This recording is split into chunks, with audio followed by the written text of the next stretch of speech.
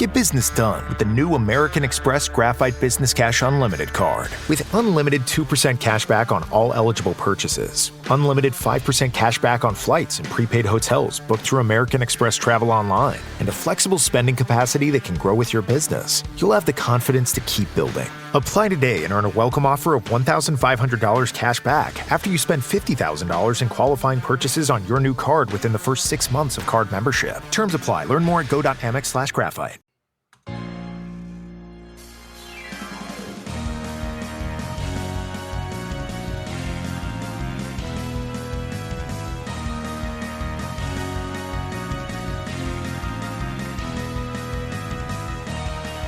Welcome to the Supreme Resort, Land v. World, a podcast about Disneyland and Walt Disney World, and which is the Supreme Resort. Each episode, we will discuss and explore each resort, ride by ride, land by land, park by park, to determine which is better. I'm your host, Jimmy, and thank you for joining me on this quest to help the greater good of humanity answer this long, elusive question: which is better, Disneyland or Walt Disney World? Joining me, as always, is Dan. Hey, I'm Dan. I have a feeling that this episode is going to be brought to us by Spectrum Cable. That's right, Spectrum Cable for those people who miss attaching your phone cord to your computer. Great, and thank you for our sponsors. And Eric is also with us. Hi, Eric. Yes, I am also here, and I can't think of any witty retort that would. I think about this right now. Every episode. I think about I should have some kind of thing, like some little funny thingamajig, and we just never do. Like Jim and Len have a whole thing always prepared, and because Len always has some kind of Jim always has some kind of like anecdote about the way he's introduced, and always felt very improv, but it's clearly planned ahead. Oh yeah, those are scripted. Yeah. I mean, and then like they're great. PTR boys always have a man and something related to the episode. So like in this case, it would be like a man who feels dizzy just by getting out of bed or something spinning. I don't know. Anyway, but yeah, sorry guys. They record that part after the show because they reference bits in the show. Right. Yeah. No, I don't know about that. The opening is. Yeah, when it's the opening is warning. I haven't actually listened to that. It's been a while. I just enjoy the look on your face, Jimmy, of I don't know what you're gonna say, but you're probably gonna say something, and then I enjoy Eric's reaction, which is usually like, I don't know if I want to respond to that. Yeah, like that's pretty typical. That's the feel of it. I like it. That's our brand. Yeah, I like responding to it, but in this particular case, I didn't feel witty enough to handle it. What's your cable? I couldn't. Yes, and Eric, what's your internet? I don't have cable. I have fiber. What's your internet? It's from Mountain Broadband. Thank you, Mountain Broadband, for being a sponsor. Yeah, thank you, Mountain Broadband. Yeah. All right, boys. This is a podcast about Disneyland and Disney World, and which is better. And it is? Yeah. So is that the one we're doing today? That's right. And which one's better? I have a bunch of notes on Abbey Road. I'm gonna need to come up with this on the spot. All right. Eric. Walt Disney World is better. Okay. I had a friend who went to Disneyland for the first time. Who'd been to Disney World a bunch, went to Disneyland the first time. And I think it's recency bias, but they said Disneyland because of just the proximity. That you can go on the same number of attractions. Basically, it's the same number of attractions at Disneyland Resort as there are at all of Disney World. Generally same number, but you can do them all in a quarter of the time because of the proximity. My wife's at Disneyland right now. Yeah, it's recency bias. That's all I'm gonna say. Yeah, I get the feeling that Disney World, and I'm not trying to say this in a dickish way, is almost leaning into the like, we're kind of not as good, but that's okay because there's more stuff energy. Lately. I just don't think there's more stuff. I mean, there's more stuff. Not just rides. I mean, like more things to do. Water and parks, I realized I didn't. Speaking of water, I didn't get water for this podcast. So you two talk amongst yourselves. I'm going to go get water Okay. And feel free to, if you want to put in any quips, listener. How about this? If you want to play the character that I often play of myself and give little quips and dick jokes while I do that, feel free to do that. Okay. Yeah, and I will ask questions to Dan, and listener, I'd like you to fill in the blanks of what you think Dan would say. We'll leave a little space. No, actually, so we've talked about it before, and whenever this show ends, if and when, we need to have a basic summary. I think it's going to end up being points, right? The number of points. Listener, you should have thrown in at least one pun by now. At least one pun. They haven't had a chance because I've been talking, but so the winner will just be, and just kind of objectively which one has the most points, right? But we're gonna have to do some kind of summary, and as it stands now is basically it depends on what you want to do. Do you want to spend a day or two in a really well themed environment, Disneyland? If you want to go and escape and spend a week exploring, listener, you should have thrown in at least one intentional misunderstanding or a complicated idea presented as though it was a throwaway thought. Okay. I'll be back shortly. I don't think he's getting water at all. Oh wait, he's just yelling from across the room. Yeah, we can see him, listener. He's back. Okay. How'd they do? They did a good job. Okay. It was all very well timed. Hey, Jimmy. Yeah. You know that we're all well aware that you got married at Walt Disney World. Had I mentioned that before? It's come up. Okay. It's come up. Sorry. Sometimes when you record, you forget it's what off you the said. air. Yeah. Like it's never come up on the show. Okay, got it. But even during the Disney weddings episode we did with the harpist, especially not during that. You heard like. So Eric, go ahead, please. Brandy and I are going to renew our vows. That's so exciting. At a Disney park on our 20th anniversary. When is that blessed event? I don't know. You don't have to give me a date. So what year? 2028. 2028? All right, save the date, listeners. I have Google handle that. I really don't know. So 2028, you said, is the year. Yes, 2020. Do you know which park you're planning on renewing? Well, that was the deal because that's the discussion because we went to our honeymoon at Walt Disney World. Mm-hmm. We stayed at the Grand Floridian, at which we are unlikely to stay again. Mm-hmm. Not our style, not our type of people. Yeah, but we might be able to get John Stamos. It's possible at the Grand Floridian only, though. Yeah, you could get Josh Gad for sure. So, Eric, oh my goodness, we've got a lot of work to do here. Hey, Josh Gad, will you officiate our renewal? Will Josh Gad officiate? And so, inside a Disney theme park, you're saying? Well, we're going to renew our vows, at a theme park, and. Wow. Do you have to is that something you do incognito, like just bring a priest and go find a corner, or do it on the exactly. We're gonna do the thing Disney. where we mortgage our house for the eighth time.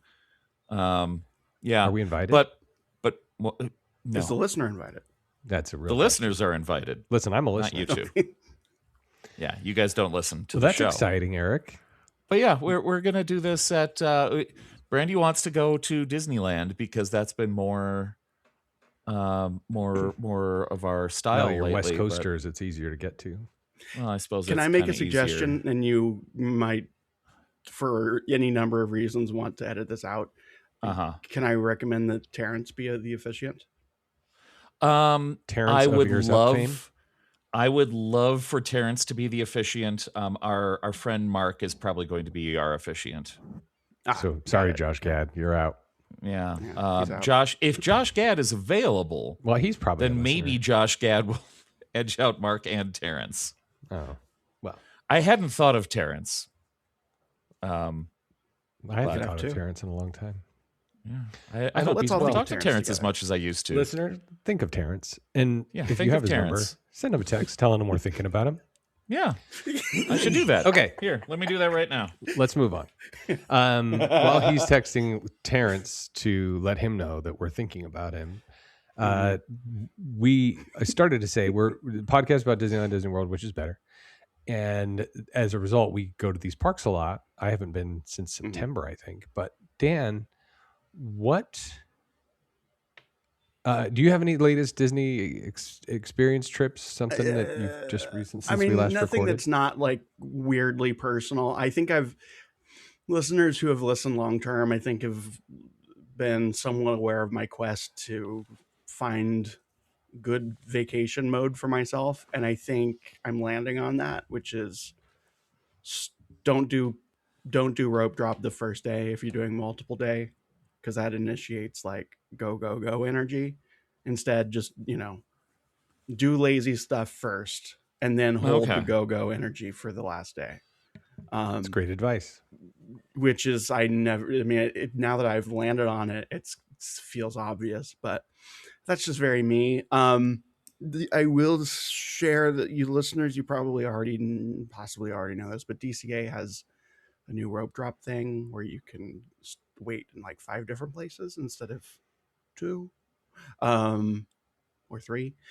I never rope drop DCA because that park is almost dead to me. But it's kind of started there. I'm not I'm not the person that it's made for. We've been there. We've talked about this before. I enjoy parts of it, but it's never like, if anyone's just like, yeah, I'm going to go to DCA and not Disneyland. Do you want to go? I'm like, no.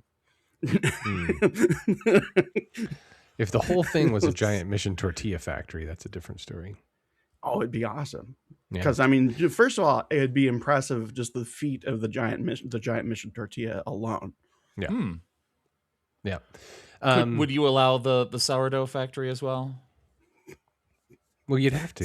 I think it should just be a theme park of factories. Factory theme park. It almost was. I know, and I think it should still be. There was a working farm. There was a winery. There's a tractor. There's a winery where there's 5 very small grapes growing. That's right. But yeah, we're gonna make wine out of one of that. The attractions should be you should be able to stomp and make your own wine. I'm just saying. All right. Anyway, so the DCA rope drop thing. So now you can rope drop Cars Land specifically, and then the rope is at the end of the street, right? Like you're walking. Yeah, it's like it's at the end. I mean, David Fresh Baked has a video about it. Go ahead and watch that. Put it in the comments that you got there because of us. Yep. That's something I think we should start doing. Yeah, I think you're right. And another YouTube news, SoCal Disney Dad is almost unwatchable for me now, and that means that I watch him even more. Yeah, Hate Watch is a fun pastime for Dan. It is. Wait, isn't that our any trips coming up? Which guy is SoCal? In June. He's the guy. SoCal Disney Dad is the guy with the 2 kids and the wife, and I know there's a whole text string about it. Okay. Yeah. He's the one that you saw at the beginning him. Somebody saw him. Did Ryan see him? Ryan saw him on a cruise. Right. I saw them in person in the parks, and my running theory, and if I'm wrong, hey, SoCal Disney Dad, come at us. Better yet, be a guest on our show. I think that he is an insufferable, like Karen-esque sort of person, and his wife strikes me as genuinely cool and probably the more reasonable of the 2. And the brief interaction that I had with them kind of confirmed that, but I went in with a lot of, predisposed. Bias, Yeah. Is he the West Coast Tom Corliss?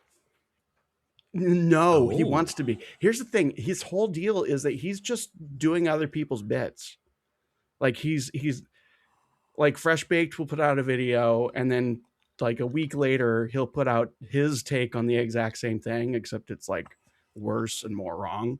And then Bricky will put out something, or Ordinary Adventures will put out something, or Magic Journeys will put out something. Everyone has like their lane.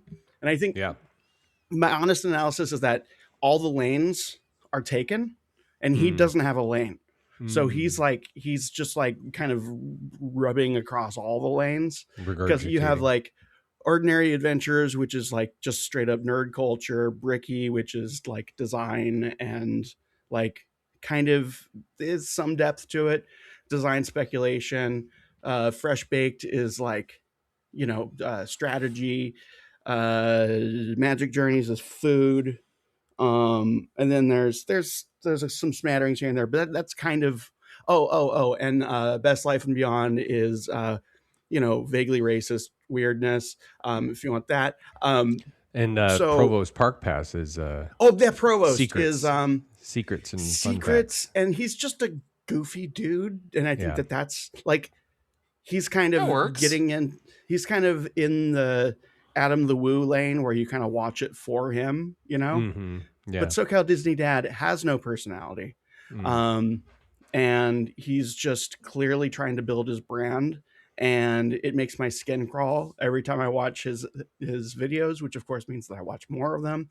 And the way that he introduces himself at the beginning of every video sounds as though has the same cadence as somebody introducing themselves to the new neighbors because they have been ordered by a court to do that. Oh, interesting, because they're child molester.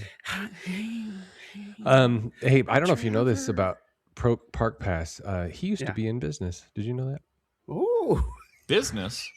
Still, Wow, he started making videos. yeah. Okay, guys, let's move on. Subscribe to Subscribe his to his videos. Subscribe to them. Okay, so Dan, have either of you seen the new revitalized Star Wars Land with the different timelines? I have not. I'm going not to be seen there anything. Wednesday. Okay, so next time we record, you can tell us all about it. Yeah. What I'm hearing is that I forgot about that part. What I'm hearing is that the music in some parts really works because it's like kind of dead space. So it's like I'm in the middle of a transition, like the scene where like, the stuff that we use C-3PO and R2-D2 for, those scenes where it's like it doesn't really matter what's happening. We're just going from one thing to another.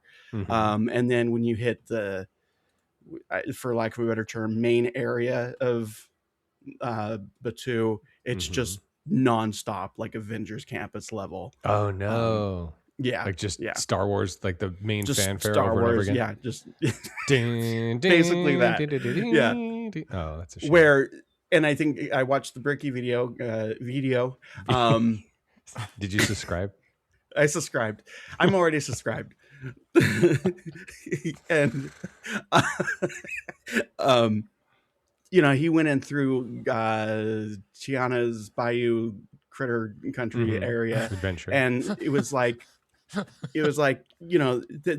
beginning was okay. I get as you're going under the train tracks, you get like a little bit of the John Williams music, and it's like, okay, cool. Then you get to the outpost area and there's really no music. It's just sound effects. And he's just like, hey, this really works. And then from the transition from there to the town area, the outpost, it's like that, like really heavy woodwind, John Williams sort of a, that kind of transitional music. And he was like, hey, this actually really fits because it feels like I'm in between scenes, and then the music never stops. So what I'd like to picture it this way. Like they designed it so where when you walk into and have the reveal of the Millennium Falcon that you hear dun, dun, dun, dun, dun, right? Or right. whatever that. Yeah. And but it's a sensor, so it just keeps resetting. Yeah, that's it. That's 100% where my head was. So every person that walks by, it's just constantly.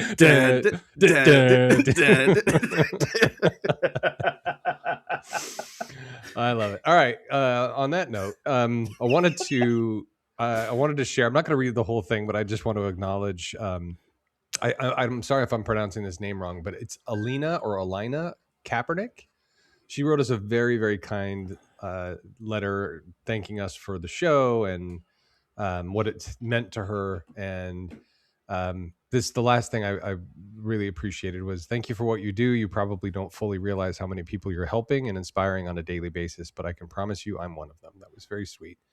I won't read her whole thing. There's some personal stuff in there, but thank you Alina, I'm going to say Alina. Thank you. And I'm sorry I'm pronouncing your name wrong. But thanks for listening. And Unsubscribe.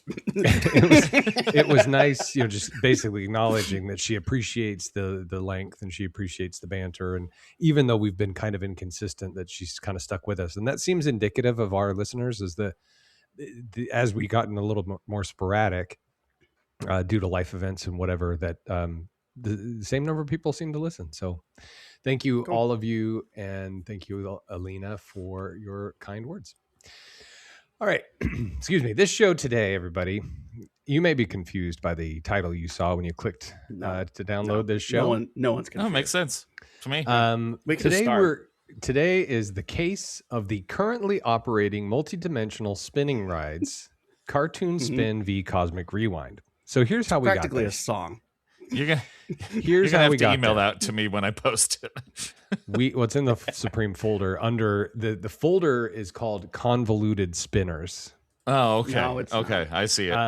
Anyway, so here's how we got here. Now, there's really, as we're doing more and more nonsensical shows and less versus episodes of late, we need to get back into kind of versus. We have a lot to do, obviously, in Small World, not the least of which. But how are we going to get to Guardians of the Galaxy Cosmic Rewind? There's no kind of analog comparison for that. Same with Roger Rabbit. What we realized is both of these rides, number one, still operating, unlike the dinosaur spinning one that's closed in Dino Land, or formerly Dino Land. That we can't remember the name of right now. Anyway, you there's did an that episode on it. I'm sure we did. It's probably Mission that versus Fast Sky Forward. School. Yes. Countdown to an Extinction. No. Anyway, it doesn't matter. So both of these rides are forward moving. They're both in the dark in a building, and they both spin. Yep. Hooray! The end. So that's Perfect how we got analogy. there. That's how we got there. Anyway, all right, great. So Dan is going to argue for Roger Rabbit's CarToon Spin. Get it? Because they're in a car. And it's a cartoon. What are you implying? So, and that came first. And then Eric is going to argue for Guardians of the Galaxy Cosmic Rewind. If Dan makes an argument I like. Oh, there we go. You're going to hear this sound. Hello? Michael Eisner. And if Eric makes a point that I like, you're going to hear this sound. I love that idea. I love that idea. Oh, R.I.P. All right. So first we're going to have opening statements by Dan and Eric. So Dan, what's your opening statement? Okay. I forgot to actually draft an opening statement, but I did ask Claude, an AI, to help preview things that will be said on this episode that will upset me. And in ways that especially the listener will assume is a bit, and then I will get even more upset when they assume that. Because as we all know, I am playing a character and I love the Beatles. You are going to say that it has a backward launch, and you're going to say it more times than it needs to be said. It's going to. I don't even have that in my The notes. opening statement is supposed to be about your ride, not about. Yeah, come on. Okay. Roger Rabbit. Hold on. Let me see if there's anything else good in here. Kids today know who the Guardians are. You're going to say that. Let's see. Q is really cool because of the Horizons. This should be your closing arguments. Let's see. It might also be. You're going to say that it's just objectively better. You're going to have to admit that let's see. Epcot World Discovery ride vehicles more sophisticated. Anyway, let's see. Roger Rabbit. It was a movie. Once upon a time, there were things called movie theaters where people would go to see things called movies. And in these things called movies, it was usually expected. They were talkies. Yes. The history of cinema as presented by the Supreme Resort as filtered through my ADHD-addled brain. The Lumiere brothers came to Hollywood in, let's say, 1910 on horseback. and they had mini machines, and those machines could make movies. And many of their first movies were just horses, and they were just like nibbling at each other. And then eventually the technology caught up, and they had a movie in which Bob Hoskins and a rabbit were together, and not like that. It's not in a gross way. In fact, it was a very wholesome movie, except for a character named Jessica Rabbit, who was really sinful and had She people just think wears a trench naughty coat in that thoughts. movie, right? Oh no, she does more than What? that, and she knows. Whoa, she knows So what then she they did. made a ride. The ride is at Disneyland, and it can't be anywhere else because contracts are really supremed up. Yeah. And Michael Because there Eisner was was going to a be a person. lot of Hollywood Studios originally was going to have a lot of Roger Rabbit in it. Oh yeah, The whole original design. and Michael Eisner is both a hero and a villain in this story. He's not bad. He's just drawn that way, and that's why Roger Rabbit's cartoon spin is the supreme spinning. I think what we do, Eric, is in editing when we do closing arguments, just cut that and just paste it back in at the end. No, So his it's opening going to and get closings. more convoluted by I'm the just end. going to keep pasting that throughout the entire episode. You know, There you go. we'll have that 4 times. All right, Eric, what is your opening statement? From the beginning of Epcot Center, Future World was Ooh, I focused. wrote an opening statement. Look at me. My write's better. I followed the assignment. I prepared, Kiss up. and I'm reading my notes that I wrote a week ago, and I'm like, "What the heck did I write?" All right. From the beginning of Epcot Center. From the beginning of the Epcot Center, Future World was focused on edutainment of the youths of the 1980s. This made a huge impact on me as a 1980s youth. It also made a huge impact on fictional character Peter Quill, also known as Star-Lord. Guardians of the Galaxy Cosmic Rewind does not have as much punctuation as Mission Breakout. What it does have is a rich history of weird attractions. It also has a giant show building that some people hate and some people don't mind.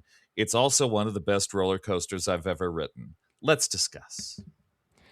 Some people Oh, so we hate can and put a some people personal don't touch. mind. Got it. So we can put personal touch in there. Okay. Real quick, did Peter Quill ever ride Cartoon Spin? The late great Peter Quill? I'm not sure. He's still around. He will return. I'm Will return. This is how we talk about all fictional characters now. The late great. Yeah. Oh my God, like Hannibal Lecter. Yeah, exactly. Okay. I'm afraid to ask, but Dan, can you give us the history of Roger Rabbit's Cartoon Spin? Can definitely give you the history. Does that have want to anything to add do though with that the Lumiere brothers? no, I actually prepared that part. I just haven't read it. I prepared it. I just haven't read it. I know the preparation that went into it. Look, if we can use AI to deny people health care and like melt poor people and annihilate an entire population of people, then we can use it for this. I do want to say though, in case I forget, which I probably won't, and I'll probably just say it a bunch more times, is that I saw this movie in theaters, the movie that this is based on, 11 times in one weekend. In one weekend? In 1 week. It's a good movie. I've seen it many, many times, but not 11 I was also times in one visiting weekend. Wichita Falls, where there wasn't a whole lot more to do. This is the same year that Little Mermaid came out, 1989. That's right. Yeah. That's right. The Disney Renaissance. It's one of my favorite movies. It's a great movie. It is a great movie. And I'm going to argue it's a great ride. But It's a first, great we're going to talk movie about the ride. great history of Roger Rabbit. The character, not the ride. Roger Rabbit is based on a novel called Who Censored Roger Rabbit by Gary K. Wolfe. It is noir satire where toons create doppelgangers, and Roger speaks in physical word balloons. He is a murder victim. Jessica is a gold digger, and Disney acquired the film rights in 1983. Have you read the in book? 1980, huh? Have you read the book? What? No, I don't like to read. Oh, I can, but I don't like to. I did read the book. Oh, well. Well, Cool. How Disneyfied is the movie versus the book? the movie is very, very different. from Yeah. from the book. The book Like sounds Wicked like different? it's like dirty-ish, Yeah. dirty So, adjacent. Like, if you read the Wicked book, Eric, I've read the Wicked books. Yeah, and the yeah. movie's like profoundly, it's like they use some of the same character names and some of the same like vernacular, but that's about it. Yeah, kind of. Yeah, it's that sort of thing where I mean, because like Dan said, like it's based on like comic strips in the newspaper. So like Roger literally speaks in word bubbles. Yeah. And that's the way all the like Hagar the Horrible is in there and all of this other stuff. It's interesting. So once we apply the layer of it being animated, then that would have to change a lot of things kind of immediately. Right. And I mean, it's not I mean, it's an entertaining book. But yeah, it's much more entertaining to see it in a movie with animation. Gary K. Wolf, if you follow him on his social media, is obsessed with Jessica Rabbit. Maybe that's what they changed it.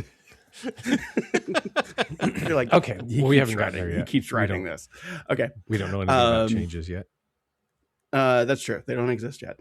The film Who Framed Roger Rabbit came out in 1988. I saw it 11 times in the theater over one weekend. I'm not sure if I've said that before. It was released by Disney Touchstone along with Amblin. It was a huge reimagining. They dropped the doppelganger idea. They added Judge Doom. It was the highest grossing domestic film of 1988. Hit $351 million worldwide on a $50 million budget. Directed by what's his face, the guy who does Robert all Zemeckis. those movies. Yeah, that guy. Won 4 Academy Awards, including Special Achievement for Animation Director Richard Williams, and it was added to the National Film Registry in 2016. It was a massive landmark for live-action animation hybrid films. It was kind of a contractual fustercluck. You're welcome, Eric. Disney and Amblin co-own the film original characters, so it's a 50-50 split, which means that there's a huge internal dispute where they wanted to attach later shorts, one called Roller Coaster Rabbit, to Dick Tracy, but Spielberg wanted to have it be attached to arachnophobia. And eventually things fall apart between Disney and Amblin. That was where he wanted to put it? Yeah. And we can speculate that this kind of led to it, directly or indirectly, Spielberg kind of doubling down on the Universal relationship because they were not run by megalomaniacs, at least not like open megalomaniacs. Michael Eisner gets to be a guest on our show. There was a complicated sequel script by Seaman and Price, and Robert Zemeckis said recently that Disney would never make it. Recently, Gary K. Wolf got the rights back. He said the process was very, very civil and courteous. Disney didn't fight it.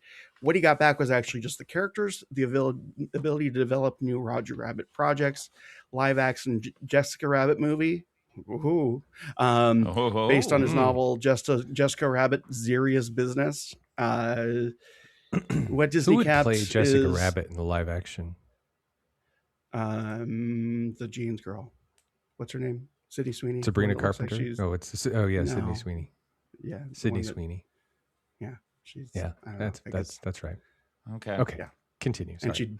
And she'd be wonderful. Everyone would love it. There would be no controversy around it. Disney kept the film and the film version characters. So the implication for the ride going forward is that CarToon Spin uses Disney's film version IP. It's not legally endangered, but the ride is now effectively the last Roger Rabbit attraction Disney will independently operate. Any future Roger projects will run through Wolf. There was a huge impact on popular culture and animation when this movie came out. It helped catalyze the Disney Renaissance. That's basically Little Mermaid onward to, I guess, Chicken Run is where that ended, if that's even a Disney movie. Opened the door for adults facing animation revival. We're talking Simpsons, Ren and Stimpy, Animaniacs. Ren and Stimpy connection is indirect, but it's been cited a couple places. This is where my notes fall apart. Thank you, AI. Cool World came out. Ralph Bakshi attempted to create a Roger Rabbit feel. It's incoherent. It's darker. People have hardly watched it. I don't know if it's any good at all.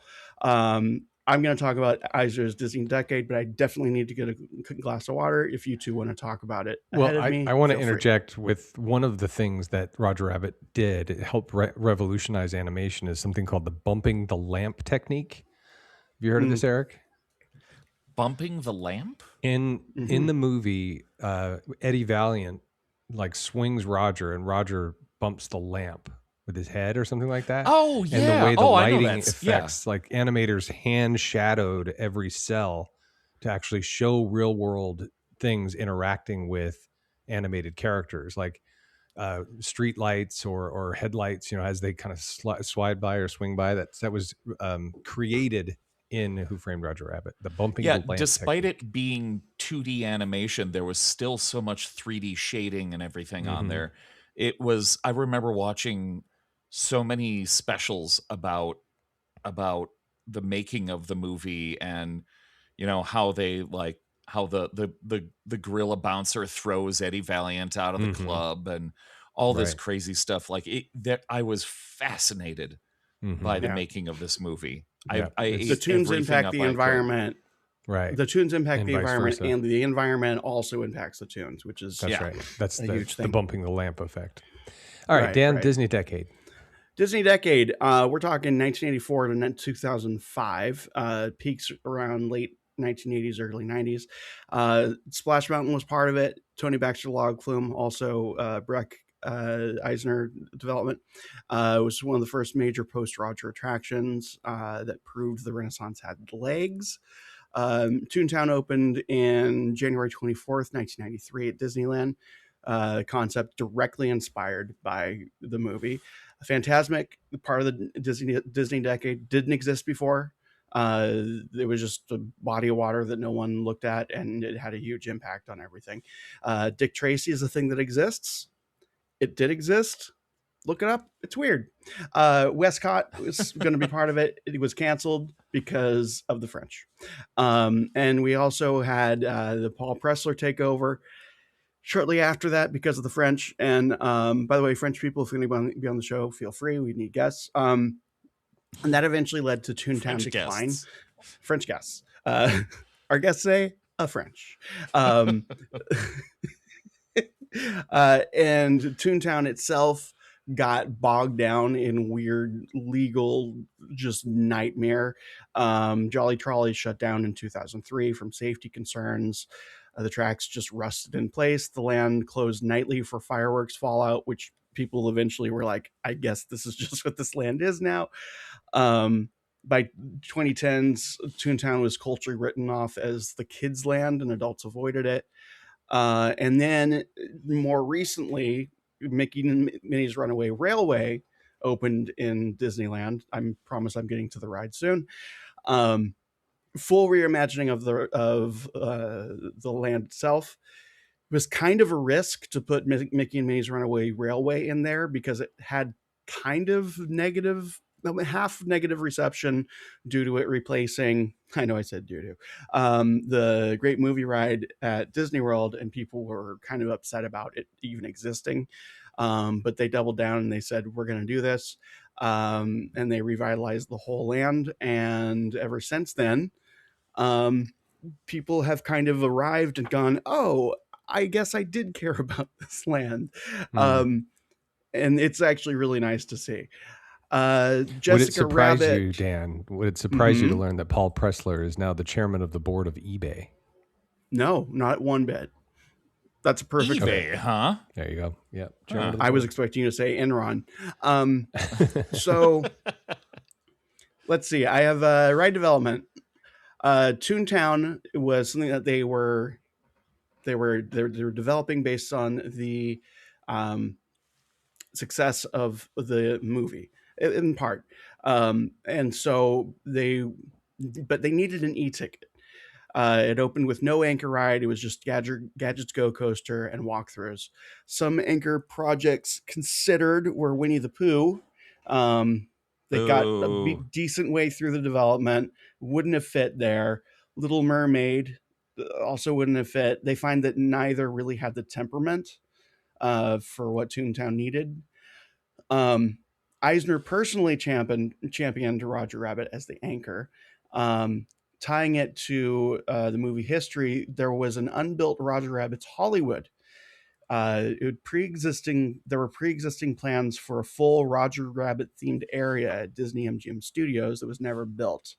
It was going to include Gus the Bus, kind of similar to a Toontown trolley, except it was a simulator ride through Toontown on a new character who was a sentient bus.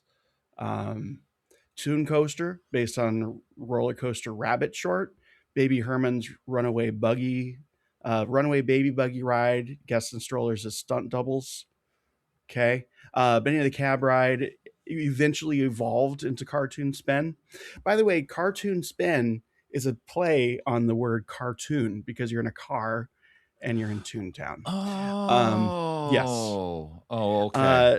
This expansion in Hollywood studios was shelved due to the rights disputes, which we will get into almost endlessly, I think, and also because of the French. Disneyland only Hollywoodland behind Main Street was also planned around Roger Rabbit. That was also canceled. There's no evidence they thought about doing a book report version of the movie, but I imagine that's likely. Anyway, they didn't do that.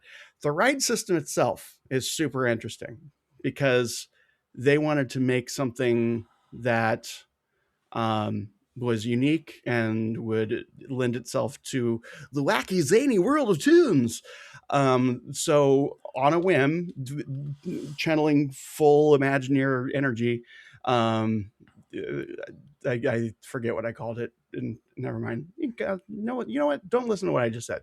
Imagineers took a real Mad Tea Party teacup off the teacup ride one night and physically placed it on the track for Pinocchio's daring journey to test whether a 360-degree rider-controlled spinning ride could work on a standard dark ride path. And that's crazy. They really did that? They really did that. I've never heard this. That's crazy. Just to test the concept of wow. For this ride, they did this to test the concept. Yeah. They were just like, I don't know. What if it span? What if it spun? Spun. Spinned. Spanned. Spinded. So, listener, but the email Jason. The idea is also, the reason it wouldn't work on a Pinocchio as it exists today is those flats. When you turn around, there's just nothing. Wood. Which so also presumably means a lot more. Which means that they would have to flesh out the details for a 360 experience. Give you more to see. Instead of just pointing you at what they wanted you to see, like some rides do. Huh. The ride system is a hybrid of existing park technologies, which kind of is, I don't want to credit it for starting this lineage, but if you think about it, there has been kind of a pattern going forward where they're like, okay, what if we combine ride systems and what can that then become? And from there you get Indiana Jones. Thank you. You also get Rise of the Resistance, and you get another one that I'm not thinking of. Basically this started, it kind of unlocked the Imagineers' minds in a little bit to go like, well, wait, what if we just start piling things that already exist on top of each other? What can we do there, right? Another good example is Cosmic Rewind. Sure, I guess one could probably say that, but no, I don't know that anybody would ever say that. Yeah, but I mean, if we are going to build that in, then I think that, and you wouldn't be wrong to do that, honestly. What I'm saying is that we might not get to that without this. Yeah, maybe. Which, if if this I was the need first. to unload an argument about how, because this ride is so influential, it is clearly the best, just like the Beatles, I will do that. But I don't feel like I need to do that yet. Yeah, you don't need to justify the Beatles right now. No, I'd leave them out of it. So originally, there's going to be a 2-story layout for the ride. Whoa. It would wind up on a path to a second floor, come outside the building. So now they've added Alice in Wonderland too. That's a triple layer. Yeah. Run along an exterior balcony track and re-enter for the finale. The intent was to use the visible outdoor section as a weenie, which we all know what that means. It's an Imagineer flapping Oh. drawing visitors towards the ride from elsewhere in Toontown. That was scrapped because it just was going to end up being a huge architectural problem. But there have been, if you know where to look, and I recommend you watch, Bricky did a video on this recently. Make sure to, if you watch it, leave in the comments that you got there by listening to us. So if you want more about that, feel free, but let them know how you got there, please. That's right. That cut the budget from 40 million to 22 million. And just by they needed leaving everything inside and not being 2 stories. Right. And they needed to cut that money because of the French. So what they were trying to do is they're trying to give guests control of the spin. They wanted to give guests control of the spin. Because they didn't want them to feel like it was out of control. So that also meant that they lost control of what the guests would see. So they had no guarantee that they would even see certain things. So that also meant that they had to prioritize mood and feeling over linear narrative, because sometimes they would miss just like major parts of the plot.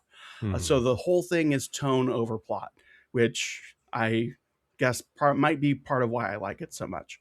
Some stats: we have 17 audio animatronics, 59 animated props, 20 special effects. The duration's about 3.5 minutes.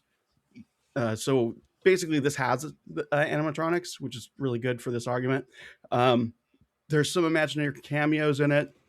They voice the gorilla. I'm fighting off a burp in case that's why my voice sounds weird. Just let it go. I'll totally not edit it out. I usually do. I'm just really trying to be polite, which I don't know why. So you can hear them doing Bongo the gorilla, and you can also hear them as Bolina. You could hear them as some of the clowns in the Wacky Gag Warehouse. Dip barrels in the queue are actual film props. One was dented from a Christopher Lloyd kick. Let's see. So yeah, what this comes down to, and I'm just going to lay it out. This ride is kind of a relic or gem, whatever you want to say, of a time when Disney was taking risks, being aggressively weird, not afraid to, take really big steps, and as opposed to another ride, which I won't mention, which I feel like is almost the exact opposite. Dan, you've made some very sound arguments because it was the history. Would you like some unsound ones? No, you've done that as well. Okay. But I guess, had you go back when you're doing the ride itself and point out some of those movie props and animatronics and that kind of thing. Because I think I don't know the ride that well, so that's point worthy. So just point those out as we come to that, because we're just talking about histories, right? Because I don't know how many animatronics are in Guardians. I haven't heard yet. Probably many. Are you done with the history, Dan? I'm done. How many, maybe not only animatronics, but how many contractually obligated actors phoned in their performances? So Jimmy's aware of the ride. So I've been told. Eric, And I've never been on Guardians, which probably gives me an advantage in this argument because I hear it's really good. It is, in fact. And I feel like if I had been on it, good ride. I feel like if I had been on it, this would be a harder argument to make. And I'm pretty sure it's going to win anyway, but I'm going to make a solid argument for Roger Rabbit's that's what this Cartoon show's Bed. all about. Yeah, please. Yeah. Make as hard an argument as you can. Make it as hard as you can. He's way ahead of you. While making the argument. So let us hope that we have a new renaissance with the Tomorrow decade. See if they get back to that weird creative stuff. It seems like he's all in. Hopefully the French have learned their lesson. That's right. Eric, would you like to give us the history of Guardians of the Galaxy Cosmic Rewind? I assume it's a lot shorter. This episode is so long already. I know. They had a boring. Can I help? They had a ride. A lot of people thought it was boring. They put Ellen in it. It got worse. They decided, what if we had a roller coaster in Epcot? Then they said, what property can we make a roller coaster around? And someone said, how about Guardians of the Galaxy? And they built this. Yeah, because Universal doesn't have the theme park rights to them this side of the country. Okay, well, Dan just made my argument. So succinct. Eric, do you want to elaborate a little bit? Yes, let's elaborate a little bit. From Walt Disney's Epcot Center, Creating the New World of Tomorrow, the preview center book that I absolutely love. It's got this is an amazing book if you can find it. It's got so many great images from the concept art and early days of Epcot. It's fantastic. But here, Universe of Energy. Walt Disney quote. What? To paraphrase a Walt Disney quote, because I know people really appreciate that on podcasts like these. If you can find it, then you can read it. Thank you. Oh, yep. That's exactly what he said. And when it comes to reading, Dan's other favorite Disney quote, it's kind of fun to do the impossible. True. That's Dan reading. I'm joking. Actually, my favorite thing to say about reading is, I just don't like to. That's right.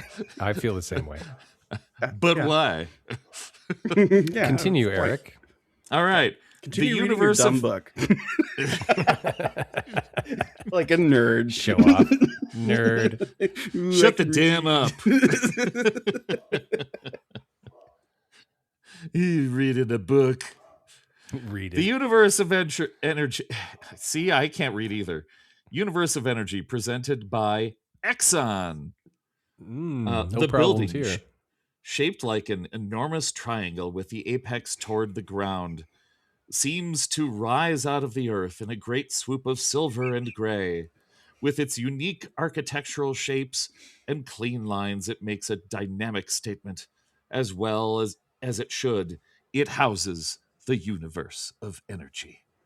Now, the Universe of Energy had... Jimmy was one of just the most the Epcot things to ever exist. 100%. By the way. Oh gosh, yeah. It had a great song. It had weird technology in the queue, the Radoc screens, which was an array of triangular screens that would rotate and spin. And the pre-show. Yeah, the pre-show. It was this astounding thing where you're like, what is happening in front of me? Wasn't it like one side was white, the other was black, and the other was like reflective or something? Yeah. The whole thing just kept shifting, and it was just one of those. And you could hear them go. Yes, you could hear it moving, clank, clank, clank. It's like when reminds me of when Dan and I watch the Lincoln show. Dan always does the hydraulic noises every time he moves. Oh my goodness! But yes, this is an attraction that opened in 1982 with the park, sponsored by Exxon. It reflected real world energy industry influences. And it was one of the largest show buildings ever constructed by Disney. And if you think, people complain about the current show building at Guardians. This show building was already massive. And the reason it was massive is because this attraction featured you sitting in bleachers and those bleachers starting to drive. You kind of saw the beginning of the show.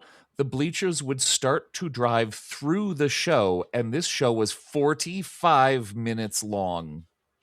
Eric, you had been on Ellen's Universe of Energy, right? I've been on Ellen's, yeah. Have you Original been on? Did you go on the and original? Ellen's. Okay. One of my favorite things about the original, and this was one of the first things that I wrote at Disney World at all, and I think it really, I'm still upset that it's not there anymore because it was so an Epcot thing. It was so wonderfully convoluted, like in all the best ways, like just full on, just like we are a future world. The way you walk we in, are a future world. The future is fossil fuels. yeah. The way you walk in and like there's really no clue that what you're gonna sit in are cars, because first of all they're giant. They're just like weird looking seats. Yeah. And there's like these curtains on either side. And it's like, I don't know what I'm looking at. I don't know what this is. And you get in there, and as soon as they press the button, the thing turns. Right. And it turns in a way that is like ominous, and they don't explain. It's just we're turning you now. And then this movie comes on, and it's that weird like World of Color animation on a budget type of animation. and they're playing this creepy like music that I always call the like fear yet embrace and love science music, where it's like a lot of like deep flutes and like stuff that's just like, ooh, creepy, and it's scary, but this is going somewhere. And it's just like the whole presentation was amazing and just so overblown. It was like you could see the projector coming out on the thing in the multi-purpose room, and it's like, we're gonna watch some weird old science stuff. Yes. Yeah. Oh yeah. It was all narration. It was all serious. It was long. It was, here is science. And that was so much of early Epcot, like the living seas, the deluge. It was like PBS at 3 a.m. Right. So my first experience with this was Ellen. So sorry. Is the difference, the only difference between the Ellen version and the original version is they added Ellen to the they changed they changed the original video when, so it was 1996. Yeah, what I mean in the ride itself, like the ride itself was still the same thing. They just added Ellen and Bill Nye. Most of the ride was the same. Okay. The videos were different. Yeah, I figured that. Yeah, because that's when we got Stupid Judy and all of this other stuff. It was much more humorous, but they left the dinosaur portion intact. Right. Okay. So there was this iconic portion that was dinosaurs, and it was all very serious. And here, this is where we get our energy, despite the fact that this ride was priding itself on the exterior having all of these solar panels that only provided some energy to the ride. But they and at did the end they provide tell you some why that's energy. gay and wrong. That's right. Bill Nye, I remember at the end, it's like, what about these other types of energy? We don't know. Too expensive. Jury's still out. It might Sponsored work. by ExxonMobil. I don't know. Hello, I'm Dick Cheney. I'm here to talk to you more about this photovoltaic crap. Oh my goodness. Can't have wind energy. It kills birds. Yeah, there you go. Oh my goodness! But yeah, the ride was really almost the same. It was the videos that were different when Ellen came in the mid '90s. They did add in a scary Ellen animatronic. Mm-hmm, sure did. And now the ride is extinct. Oh, oh my goodness! Dinosaur rides all over that place. But yeah, the ride system was the same. So the rotating theaters and the vehicles that would just your seats that would just start driving that you didn't think would be like moving.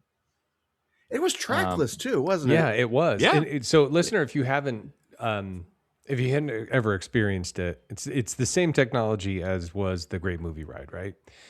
But it's just it's hard to explain going from a pre-show walking into this massive room with essentially bleachers, right? I mean, that's just bleachers that aren't elevated; they're all flat, and you're just sitting in a movie theater, if you will, and then it starts to move. And if you don't know that, it's crazy. And yeah, it's slow, and that's why it was 45 minutes long, because it just took so long to get all those vehicles in place and everything else. But man, it was 45 minutes is just something you don't see in a theme park. It was almost like you were about to watch the most like boring, dry, but expensive community theater you could ever see. That's right.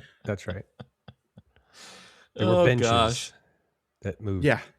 But I do recommend seeing, if I'm sure there's a video out there. I don't know if it's any good, of the original version.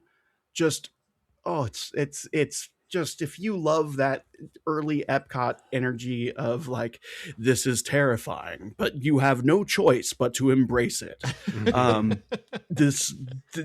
is 100%. That is the vibe.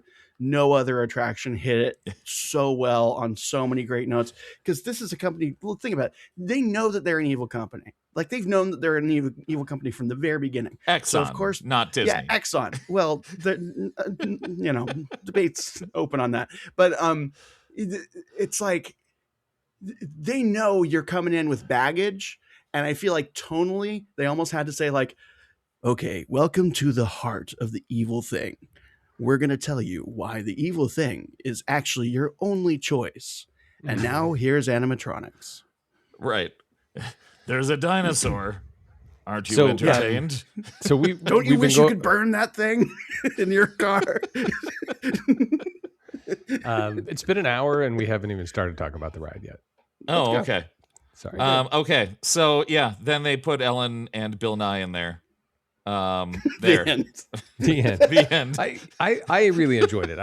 I personally like Ellen as a comedian. I liked her. I liked the Stupid Judy of it all, the Jeopardy, R.I.P. But Alex Trebek. Was he dead? Oh yeah.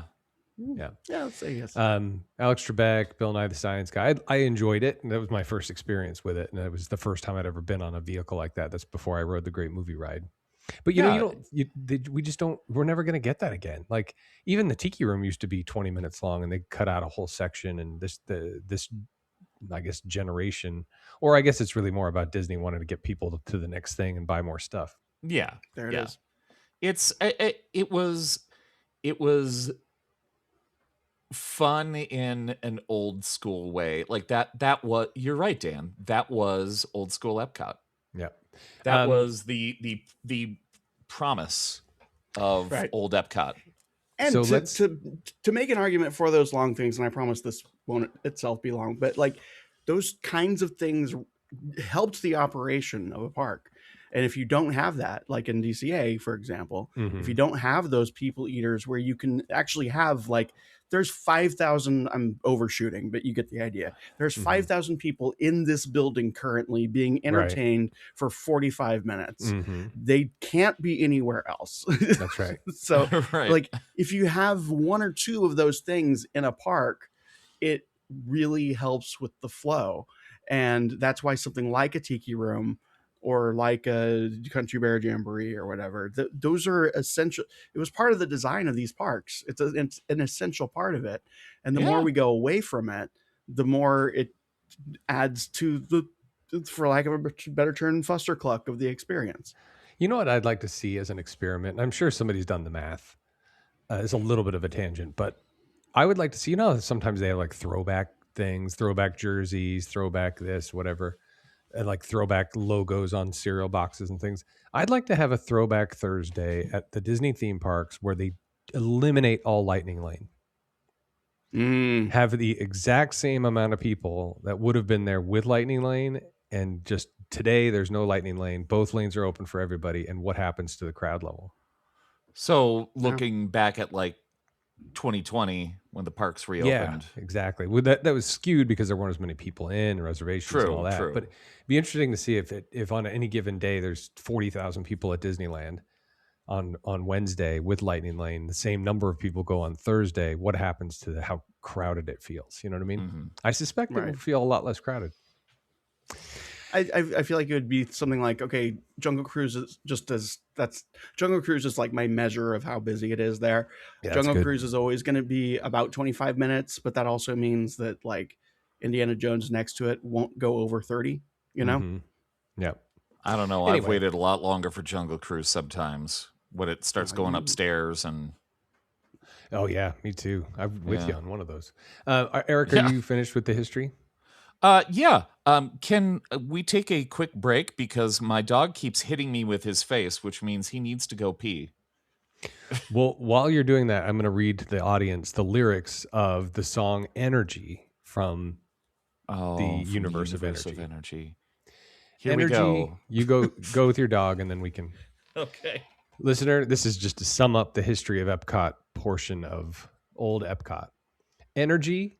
Parentheses, You Make the World Go Round, was the opening song of Universe of Energy at Epcot in its first version from 1982 until 1996 when it was Ellenified. Listen and you'll hear the heartbeat of a universe teeming with force. See all the forms of the faces of nature taking its course. And feel all the wonderful motion flowing through things far and near. Nature will share her secrets when we are ready to hear. Energy.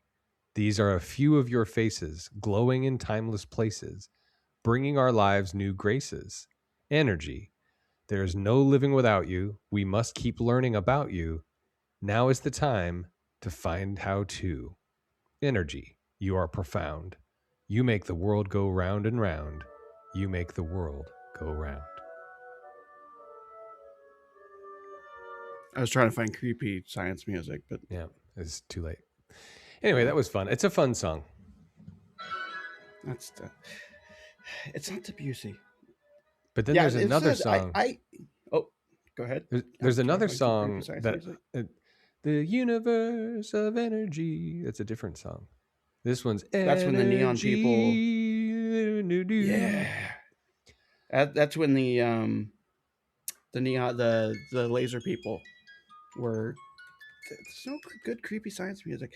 I wish you could do a search where it's like, remember that creepy music that they would have in like science documentaries? Yeah. Give me that, please. That's early Epcot Future World music. Yeah. I really do think that if you had ridden, you would have loved the original Universe of Energy. I believe.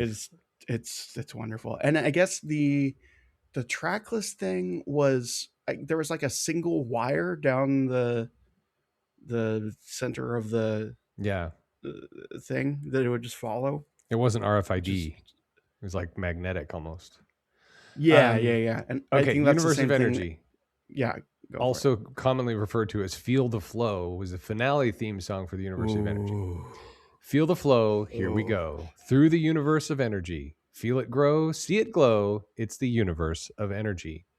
Come through time, set the course. Sail the wind, tap the source. From the sea to the skies, there's a force beyond our eyes. Feel the flow, here we go. Through the Universe of Energy. Feel it grow and see it glow. It's the Universe of Energy. Cross the bridge, future bound. There's a flame all around. From the sea to the skies, there's a force beyond our eyes. Feel the flow. Here we go. Through the universe, the universe, the universe of energy, of energy. Here it is. This is good filler for Dog's Potty. And we won't get sued for this, right? Well, yeah, it's feeling the flow of the dog's peeing. I bet that's what Eric sings to the dog every time they have to pee. Ooh, I hope so.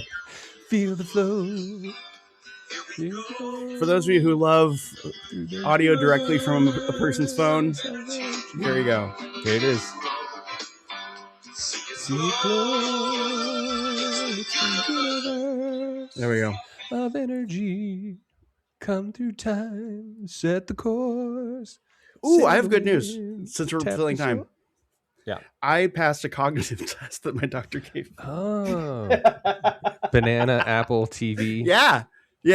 That's Tell me good about news, it. right? Well, he said to me, which one of these is a giraffe? And I pointed to the giraffe.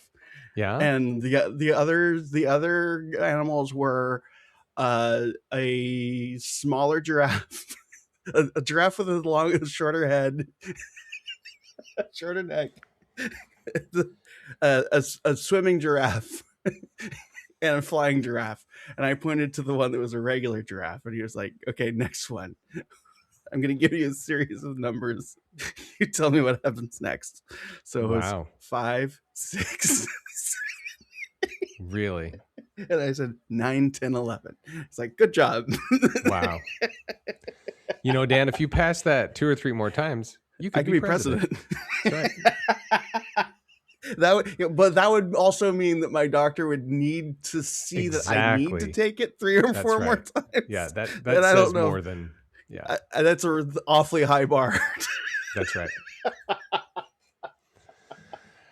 Oh my goodness. Oh, well, congratulations on passing. Why did you take it? Thank you. The doctor was concerned. Oh wow.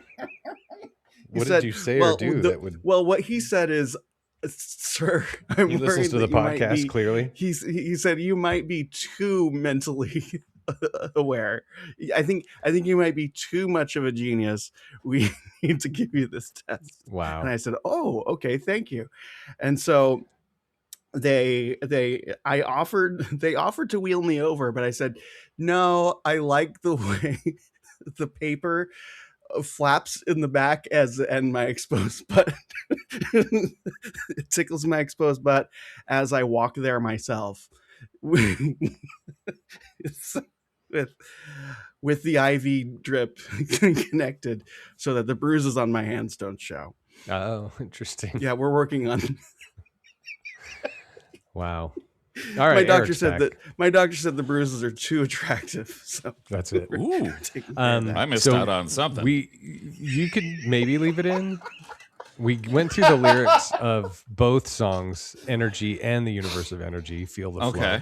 We played a little bit of it, and then Dan shared that he passed his cognitive test that his doctor gave him.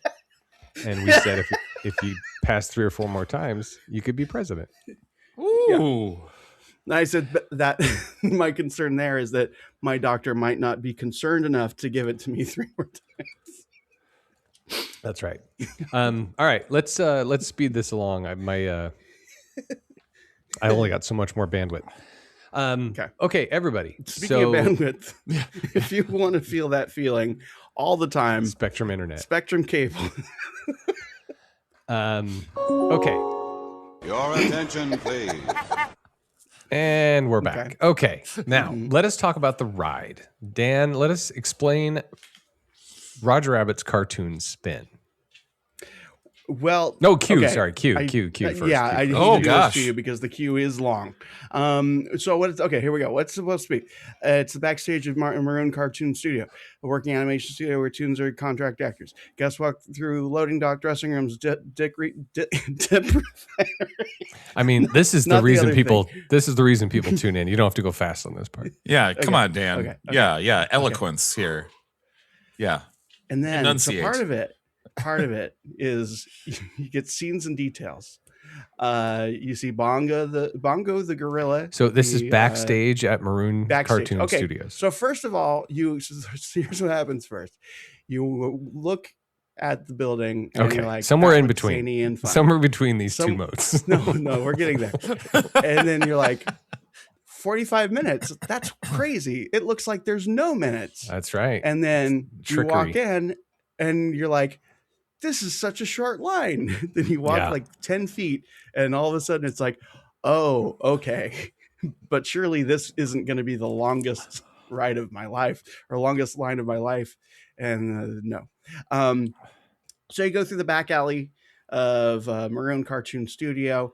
A little peephole opens up, and it's Bongo the gorilla saying, "Hey, remember me from the movie." And then you go into.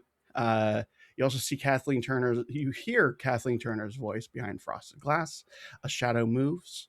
Fun fact: that might be Lena Hyena, and it's not Jessica Rabbit.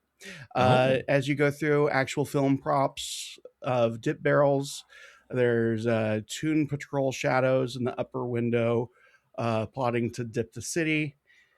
There's punny license plates everywhere. One is I am late L8. Another one, tell me if you can figure this one out. Cap 10 Hook. Anyone? Captain Hook. Good. Another one, 3 Lil Pigs. Mm-hmm. 3 Little Pigs. Mm-hmm. Okay. No, I stumped everyone on that one. That's 3 Little Pigs. Why is it so long? This was designed before FastPass. It was built to absorb weights indoors with entertainment. And it was, I think, the first, at least at Disneyland, to do that. Yeah, this is pre-Indiana Jones, right? Anywhere. Yeah, pre-Indiana Jones. So they wanted to have, and it wasn't even, we need to get you, across the berm to a giant show building. It was, we are actually expecting the wait to be this long, and we need space for it. Entertain the guests so they're not going back and forth in stanchions. And right. And to this day, it's still pretty long. And it's consistently praised as one of the most entertaining queues in the park. And yeah, it is still popular. Usually wait times are between 30 and 60 minutes. And that's for a ride that's nightly closed for firework fallout in a land rebuilt around Mickey. That's notable. There's, of course, the balcony to nowhere, which we don't get to in our queue notes, but thank you, AI, for doing that. Let's see what else. As you go by the Ink and Paint Club, they're playing what's the song? I had the sound. Had the song. Hungarian Rhapsody? No, that's the other one. Ink and Paint. The song that that is played. It took itself out of the notes. Anyway, you walk by the Ink and Paint Club and you hear the tunes. That's playing the song that Daffy and Donald were playing. Donald were playing, doing pianos. Right. And that song actually follows you into the ride itself, which is cool. It plants a little seed and it says, okay, now we're going to use the song that everyone knows and is associated with Wacky Toon stuff. That's great. That's kind of it. I mean, without going into every little tiny detail, that's kind of it. Okay. So in terms of that. I'm gonna say I remember this queue. I really like it. We don't go on it very often on account of the 45 minutes piece of it all. But the innovation of the queue and the bongo behind the little peephole and the shadow work with the frosted glass and the Ink and Paint Club, that just the nod to the movie, like, very immersive. You feel like you're outside. I'm gonna give the queue for Roger Rabbit 4 points. Okay. Hello? The song is Hungarian Rhapsody number 2. That's what it's called. Yeah, I was going to say, Dan, you were correct. It is Hungarian Rhapsody. And you don't have to play the point sound, the number of points I awarded it. Hello? Okay. Eric, take it away. Okay, the queue. So the main premise behind Cosmic Rewind is that Peter Quill went to Epcot when he was a kid, and he totally remembers everything about it and doesn't say anything weird. And basically the Xandarians have come to make their own pavilion to introduce their culture to Earth. So the premise is, or the shoehorning of it is, that you have the World Showcase, that has the Norway Pavilion and the France Pavilion. So this is meant to be the Xandar Pavilion. Right. This is the Wonders of Xandar Pavilion. Right. It's a cultural exchange between Earth and the very advanced people from wherever they are. Xandar. And So it's a pavilion seemed to be a pavilion. Yeah. So Dan, no different than having Norway or Mexico or whatever. It's just a different planet, not just a different country in this planet. It's a different planet having their entry into the World Showcase, but it has nothing to do. It's nowhere near the World Showcase is the problem. It's about as far away from it as you can get. Yeah. But it's in what used to be Future World. Yes. And is now World Discovery. World Discovery. Yes. So it's not necessarily just a line. They do have a lot of little exhibits in there. So they've got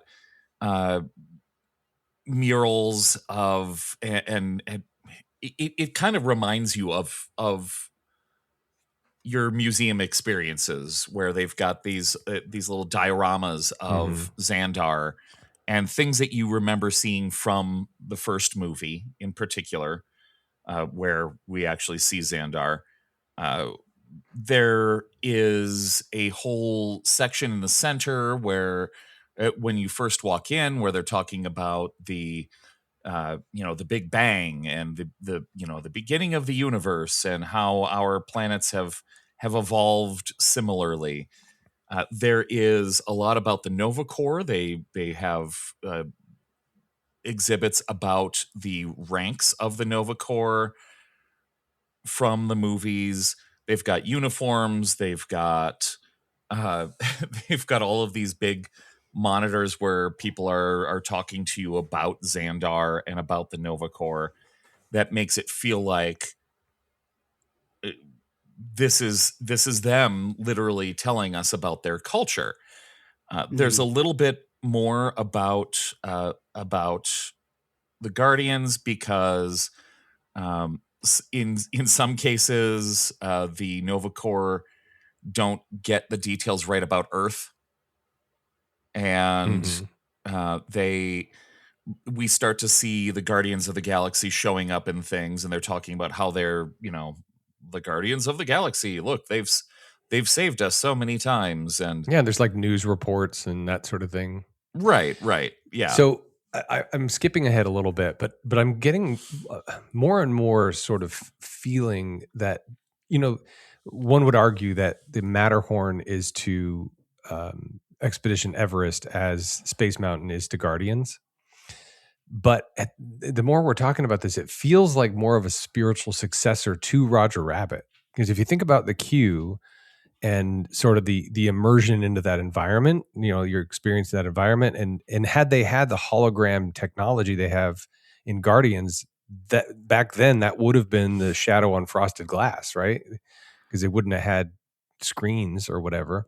Yeah, I think that's fair. I mean, that's kind of the way we went with this. Even though they do, both of these rides do spin, they do have a ton of nods to the movies that they're based on, right? The IP that they're based on. Yeah, and then you have the whole, let's take this one technology in a roller coaster in this case, or in Cartoon Spin's case, the dark ride, and let's add another element. So let's add a teacup to it. And they're like, well, we can't control the narrative this way. So how do we do this same thing and be able to control the narrative? And that's where the Guardians thing comes in. So after a fashion, these are, clearly very much not directly inspired by, but the technology is inspired by what Roger Rabbit was introducing. I think you couldn't put a teacup thing on a roller coaster. That would be like recipe for Well, but it's a control, it's an omnimover meets roller coaster, right? Yeah. Anyway, sorry, keep going. But yeah, there's a lot of really good stuff in there, and we've got appearances, as Jimmy mentioned, from begrudging big time actors. I feel like Chris Pratt was into it. End of list. Maybe. Yeah. But yeah, they're actually appearing in the queue, and they're talking about what they did, and they're talking like Jessica Rabbit appeared in the queue and in theory, Daffy and Donald appeared in the queue, and Bongo appeared in the queue, that kind of thing.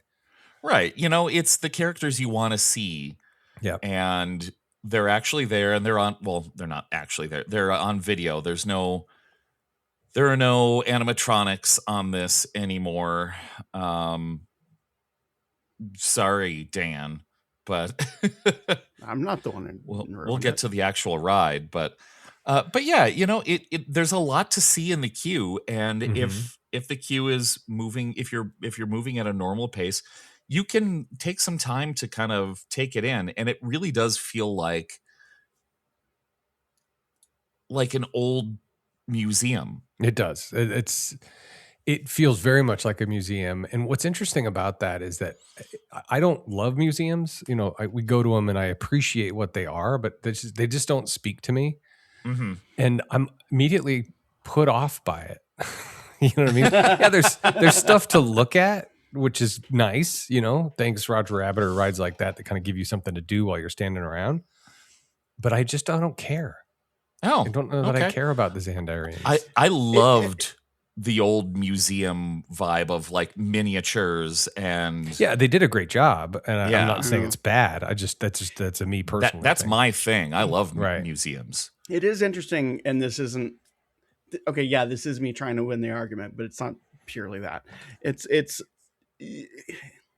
almost like they made a pavilion. But the way that they themed it's like, okay, let's commit to the bit.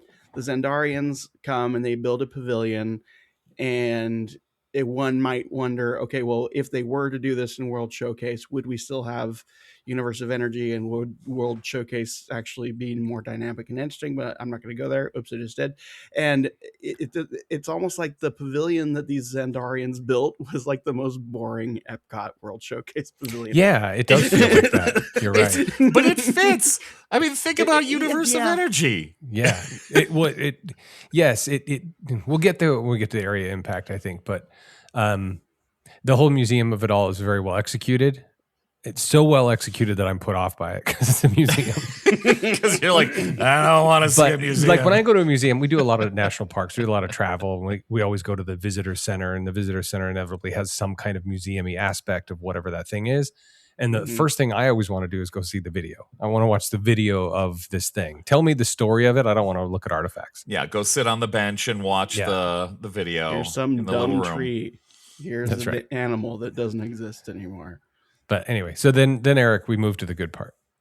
Okay. So do you want me to go through the pre-show and everything too? Yeah. I suppose that's part. There's more queue that is after part of the queue. That's right. Yeah.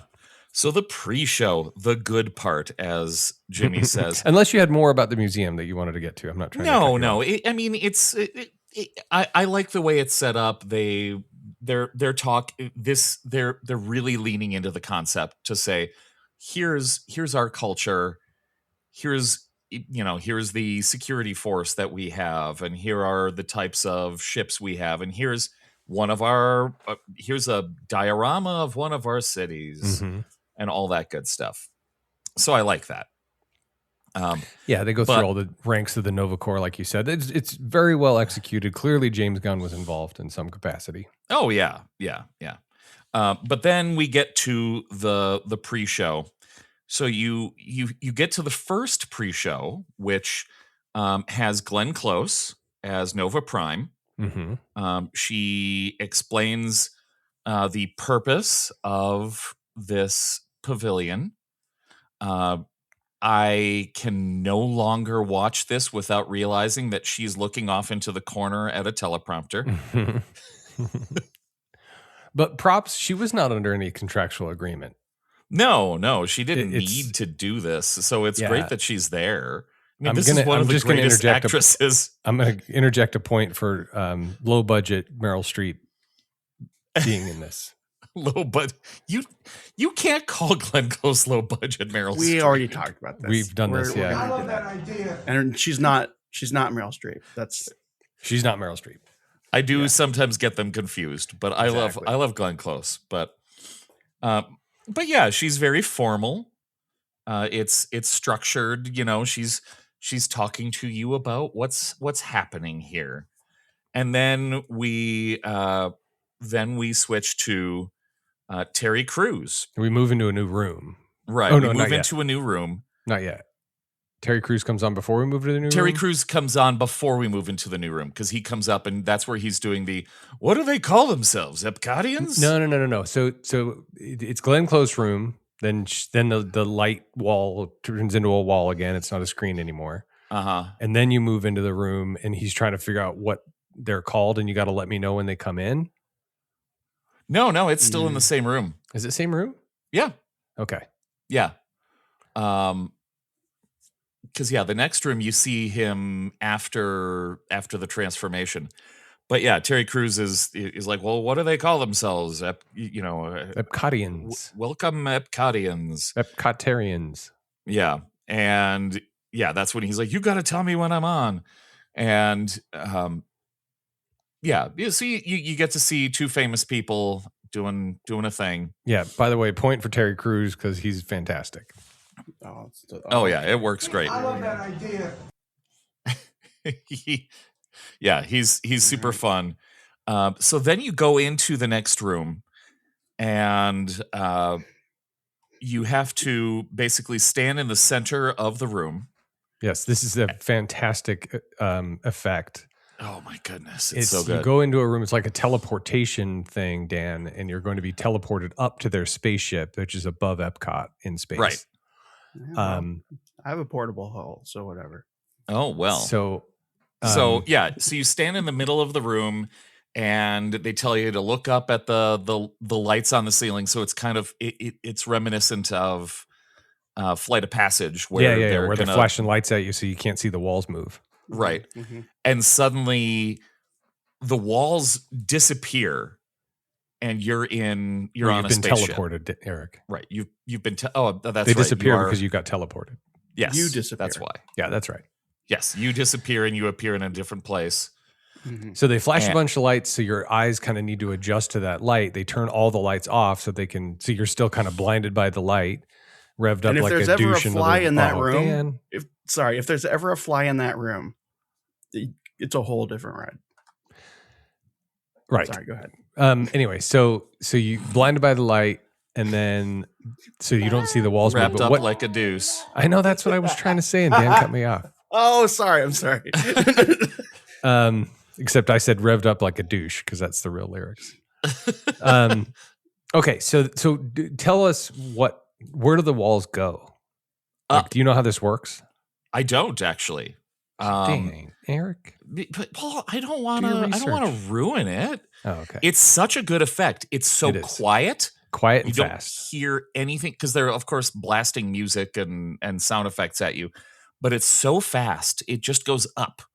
Mm-hmm. Is what I understand. The walls just kind of. I know how the portable hole works. It's a mirror. Go ahead. Oh well. But suddenly you're on a spaceship. And you're being presented with the MacGuffin, the thing that is stolen. So you get to see the Guardians. You get to look out into space on a giant screen. You are now like a participant in this. You're not just observing what's going on. And one of the Celestials takes the thing, and it's like an energy thing. Yes, so this is the device that creates basically wormholes or jump points. Right, that's what they're jump called. Points. That's right. Between places, and that's something that is in the Marvel universe because of Guardians, where this is how you travel between long distances. So this is the device that makes it happen. But then the Celestial Eson shows up and says, humanity is a pestilence and I'm going to get rid of it, and steals the generator, the cosmic generator, and says, I'm going back in time to the Big Bang. We're going to restart this whole thing. He's basically like the dad from that Twisted Sister music video. You kids with your rock music. That's right. And not to derail again, but presumably his relative is growing inside of Earth at this time. This is true. Yes. So yeah. he's getting rid of the planet where his relative is. I haven't growing. thought about that, but I hey, just thought about it just now. But anyway, everybody loves the Eternals. Maybe not, but everybody loves the Eternals, and that Celestial is referenced in Captain America: Brave New World. Yeah, you're correct. Celestial and Island. I should mention I didn't bring this up in the initial history of the whole thing. The reason why we have the Guardians of the Galaxy in Epcot is because it's one of the few properties from Marvel that we can use on the East Coast. Earlier. Yeah. Okay. Oh, you did talk in Dan's about that. Brief synopsis. Okay. Well. Yes. Anyway. Okay. Anyway, never mind. And this is the animatronics. None of them. None of them are animatronics. But there's a cool effect where the thing steals because you can see the energy or the jump point generator in the room, and then the Celestial takes it. And it's a cool effect. Yeah, because it's not there. It's anymore. Very cool. And this is the room where everybody who knows what they're doing starts to go to the right.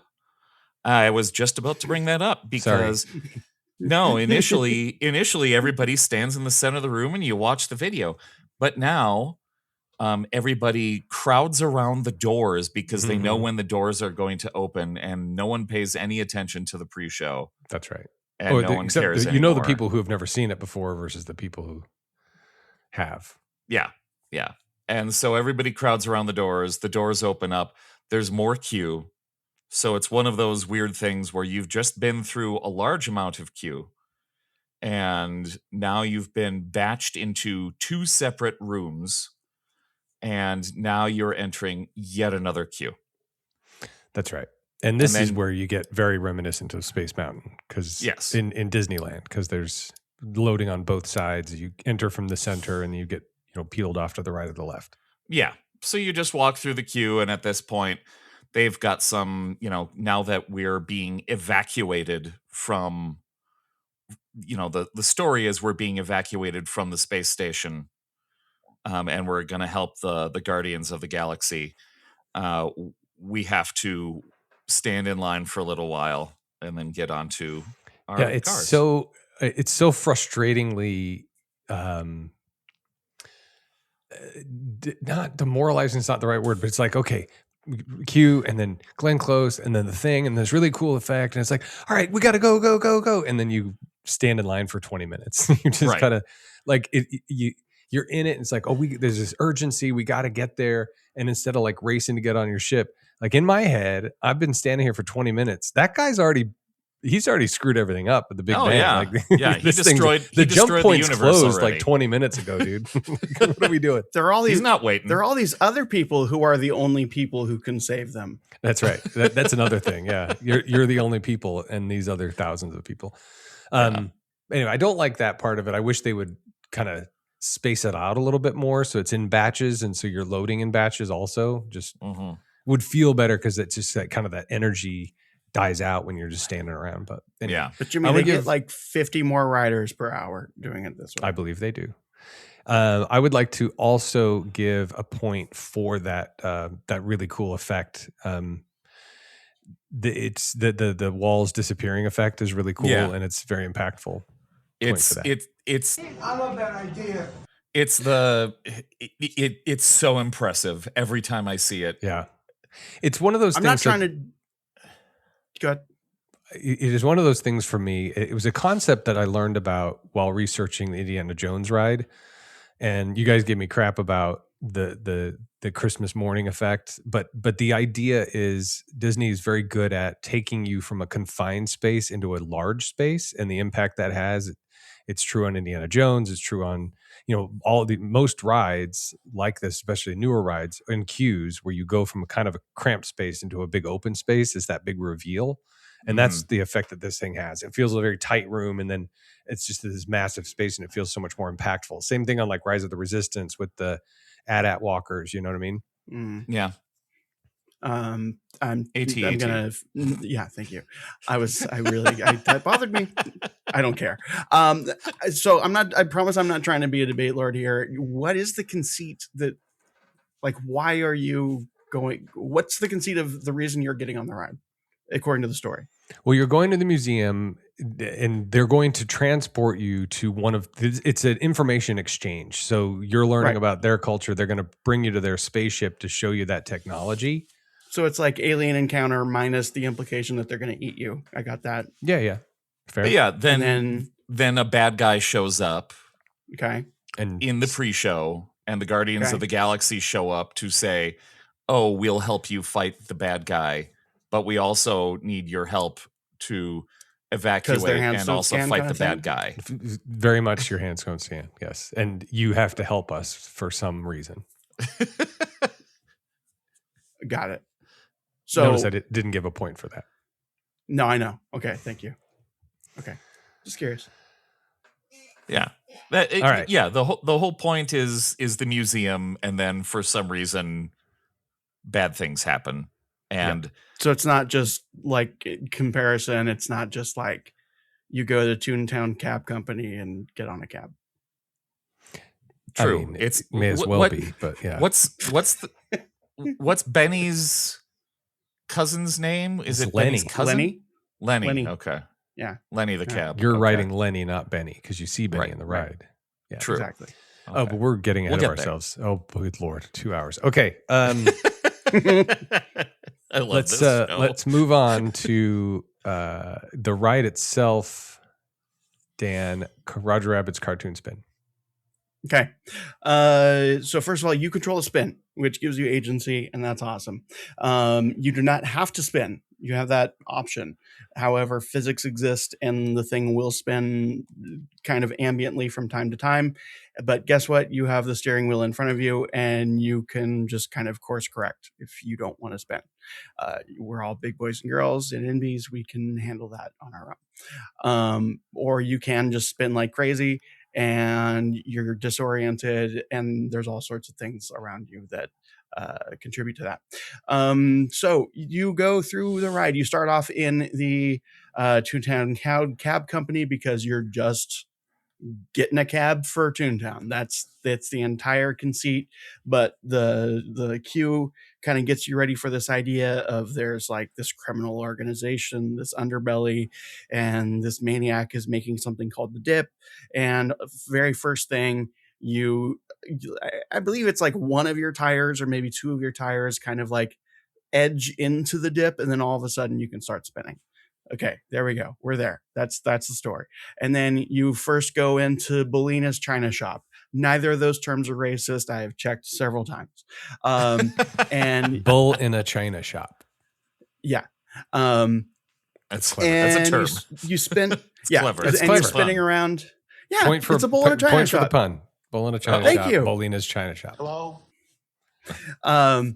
And you're also spinning in a cab in a China shop, and the bull is holding all the China in her hooves, I guess, and on her.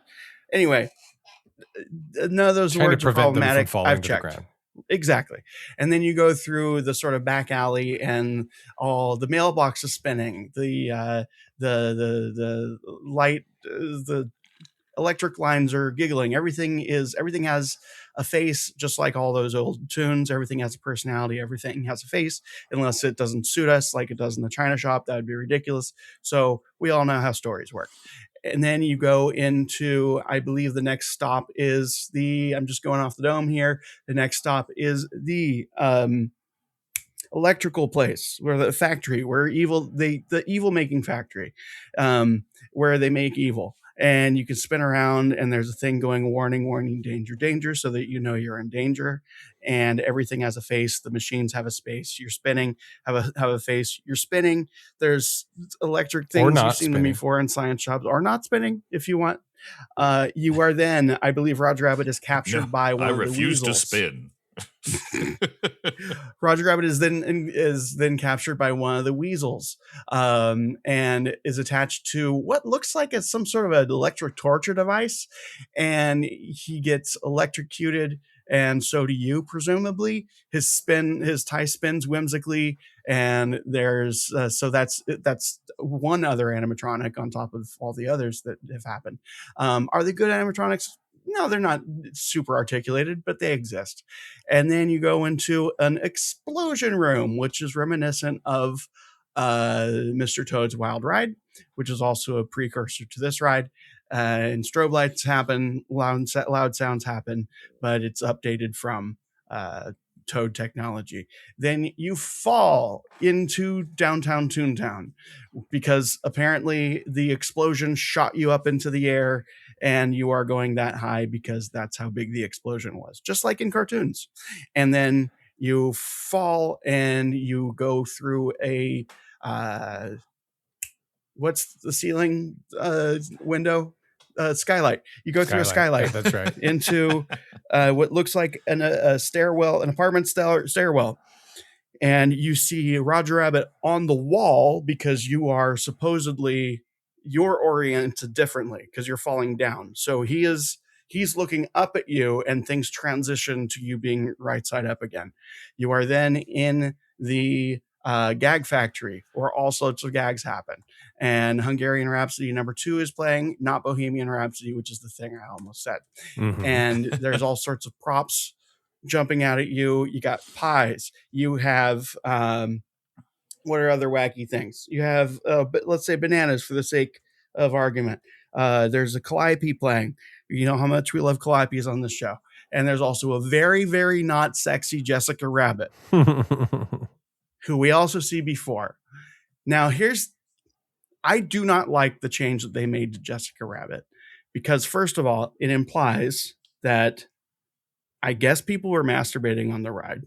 Oh, Lord. Or they were afraid that people might, or they're thinking that like a character or a person who like chooses to present themselves in a certain way is like immediately problematic, which almost feels like more sexist than what they were trying to do. She has agency. She's a strong woman in that movie. Like the line, "I'm not bad, I'm just drawn that way," is carrying a lot of conceptual weight. And I think it's super insulting to everybody across the board. Nobody wins when you put Jessica Rabbit in a trench coat. Yeah, okay, the perverts who don't know how to find, actual porn, they lose. Jessica Rabbit loses. And that's really the main thing.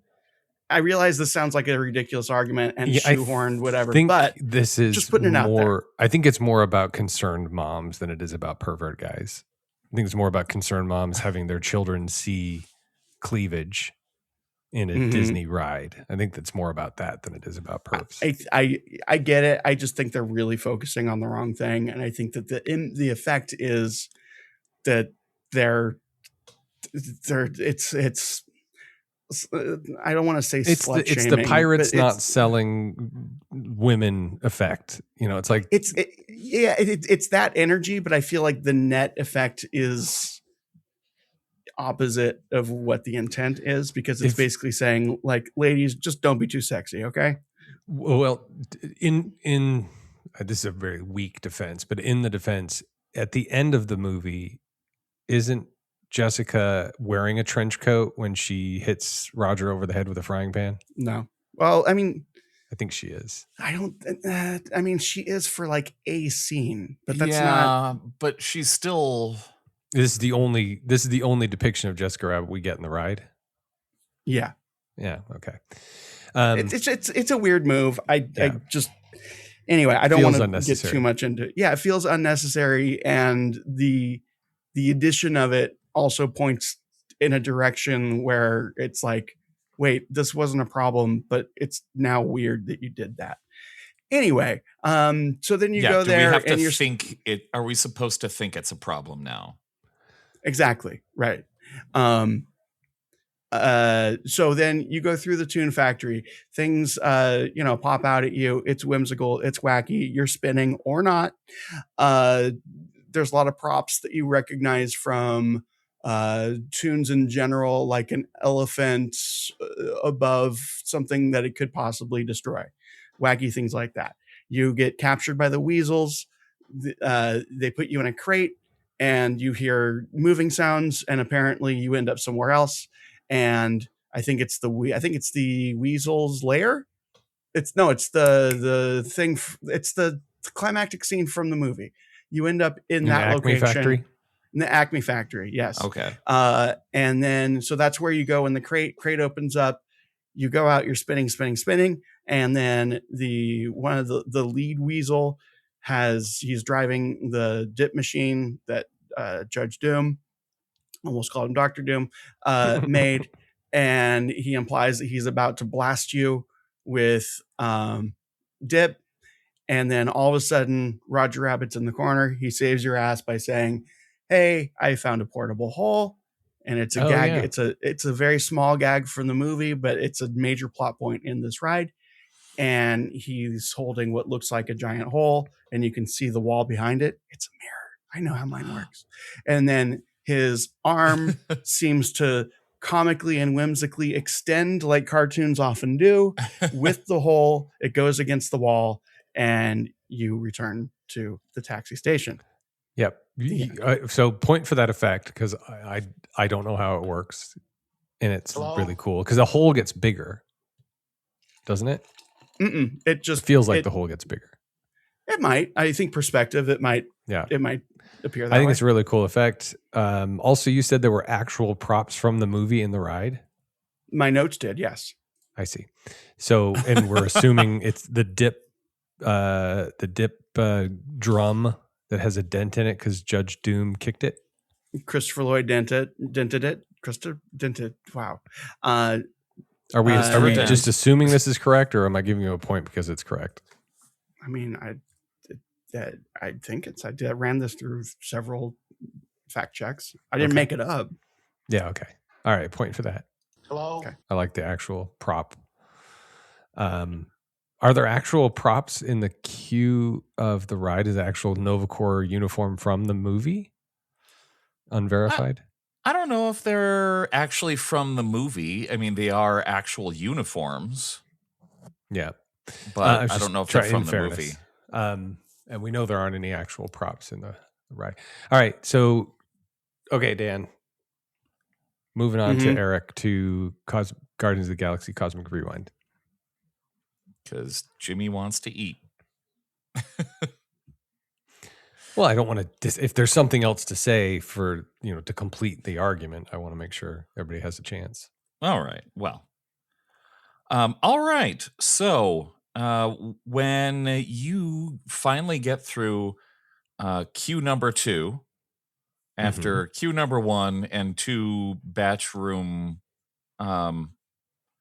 This is queue number pre-shows. 1, 2 pre-shows, queue number 2.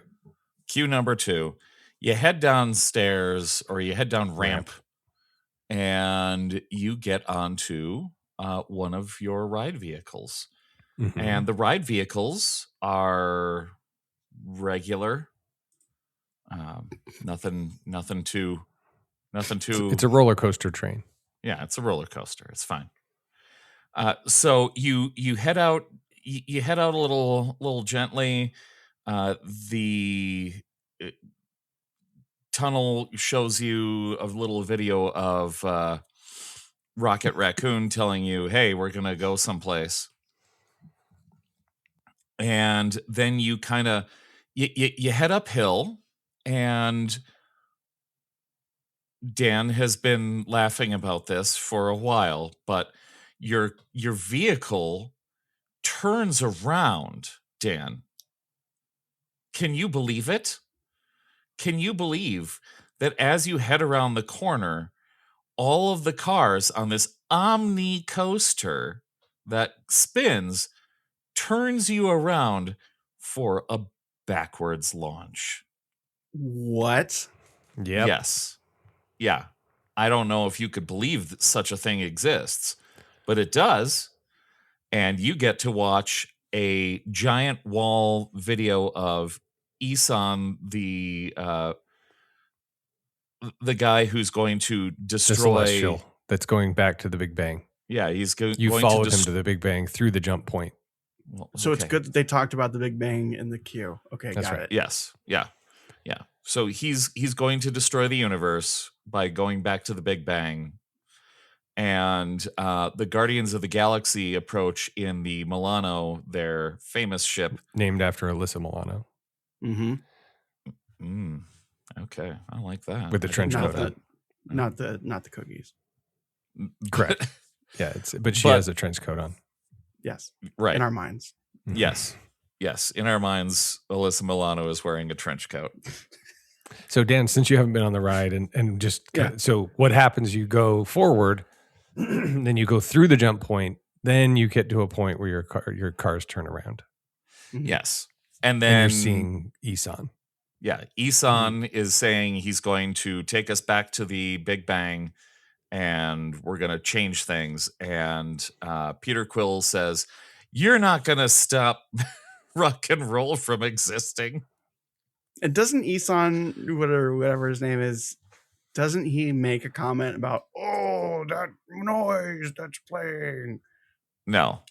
Oh. No, he doesn't. He doesn't complain like your grandpa. I think he does. I think he does. He does? I think he does. I think he does. Really? I think he does. And I think that's when watching some videos of it, I think that's the point where I was just like, okay, this is dumb.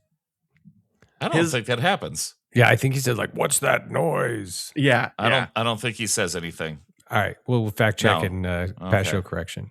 Okay. Okay. So then the explosion of the Big Bang forces your vehicle back. Right. So you launch backwards. Ooh. It's a backwards launch. Okay, Dan, it's a backwards launch. Have you ever heard of a backwards launch? No. Okay, let's move on. Come on. It's like a launch, but it's backwards. Okay. Sideways launch should be all about. No, backwards. That's too far. Too far. Backwards. Sure. Yeah. Come on, Dan. You're hitting heads against don't be ridiculous. Neighbor. Like the clacky ball thing. Or like the weasels in Roger Rabbit when they turn around. There you go. Yeah. That's right. Hey, there you go. Lesson learned. Oh, wow. I'm gonna ram him. I'm gonna ram him. Oh, my goodness. Keep going. Okay. So you launch backwards and a song starts playing. Yes. 1 of 7. Yeah. Right? Uh-huh. Yes. Because I'm an annual pass holder, can I ask to wait for my favorite song? I think it's random. I think it is too. It's unless it's a certain day in September. That's right. Yeah. Which, by the way, is the best of the songs to play to ride through. Having gone on. I do have to say I really like Iran and Everybody Wants to Rule the World. But September is the one that I think. Eric, what you just said is a really good setup for a joke about world politics, but I'm not going to go there. Okay. I don't. So what happens in the ride? So what happens in the ride? Do you want to hear the songs, or do you want to hear the ride? What I want to hear. Well, first let's talk about the songs. What are they? Okay, we've said the songs.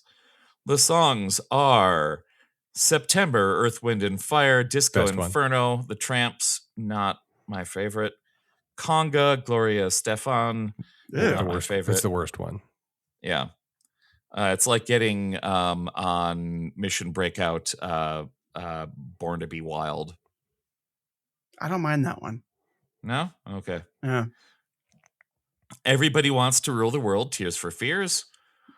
I Ran So Far Away, Flock of Seagulls. One Way or Another, Blondie. That's a good one too. Yeah, that's pretty good. Yeah.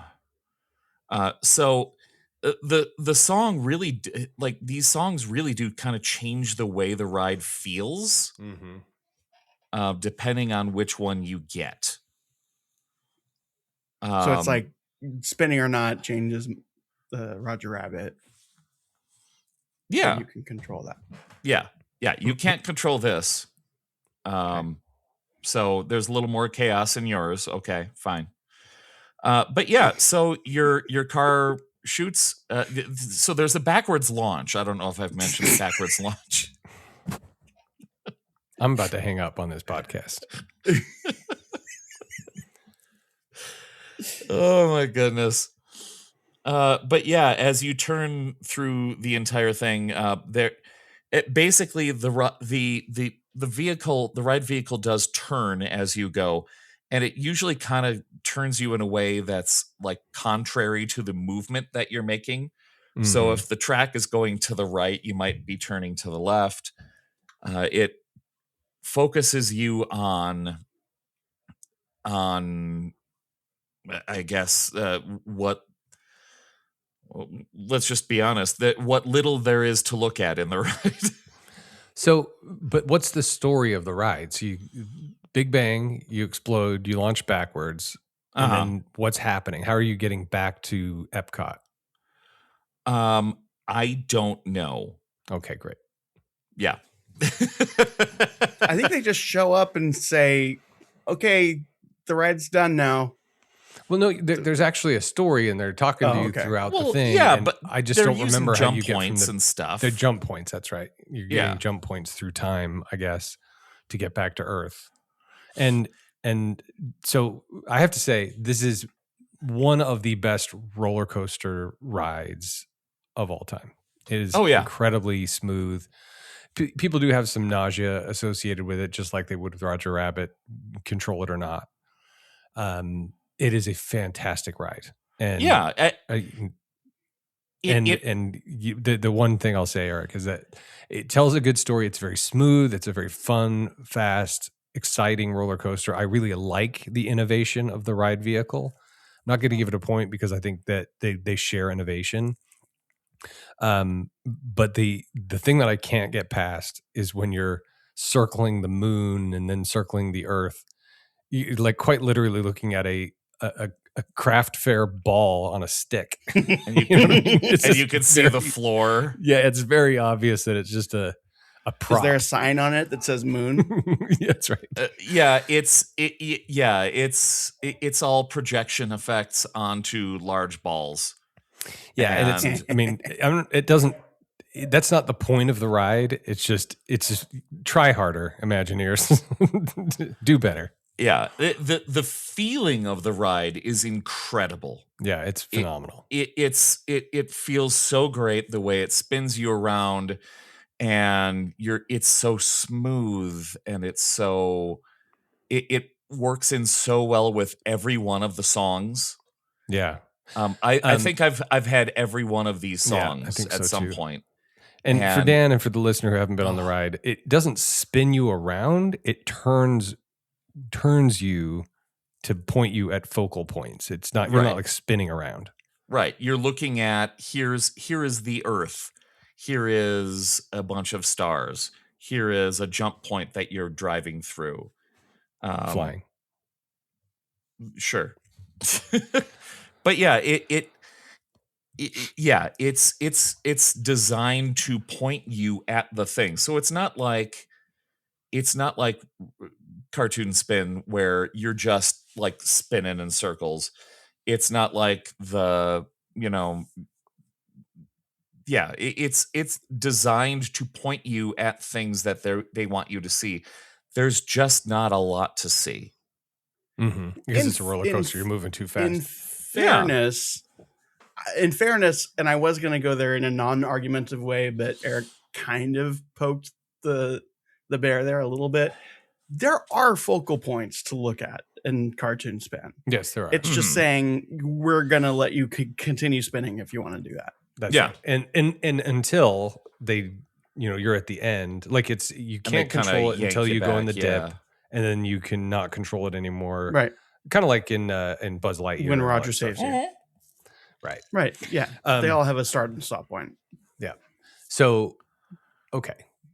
And then you end up back at Epcot, and the Guardians have a screen, and they tell you how great you did. Right. And Drax says something snarky. Yeah. Through the whole thing, you get, quotes from the actors who were forced to record this whole thing, just like Mission Breakout. There's a runner with Drax, something about food, and like, why are you talking about food? I forget. It's like something about the cookie crumbles. Or what is it? Do you remember?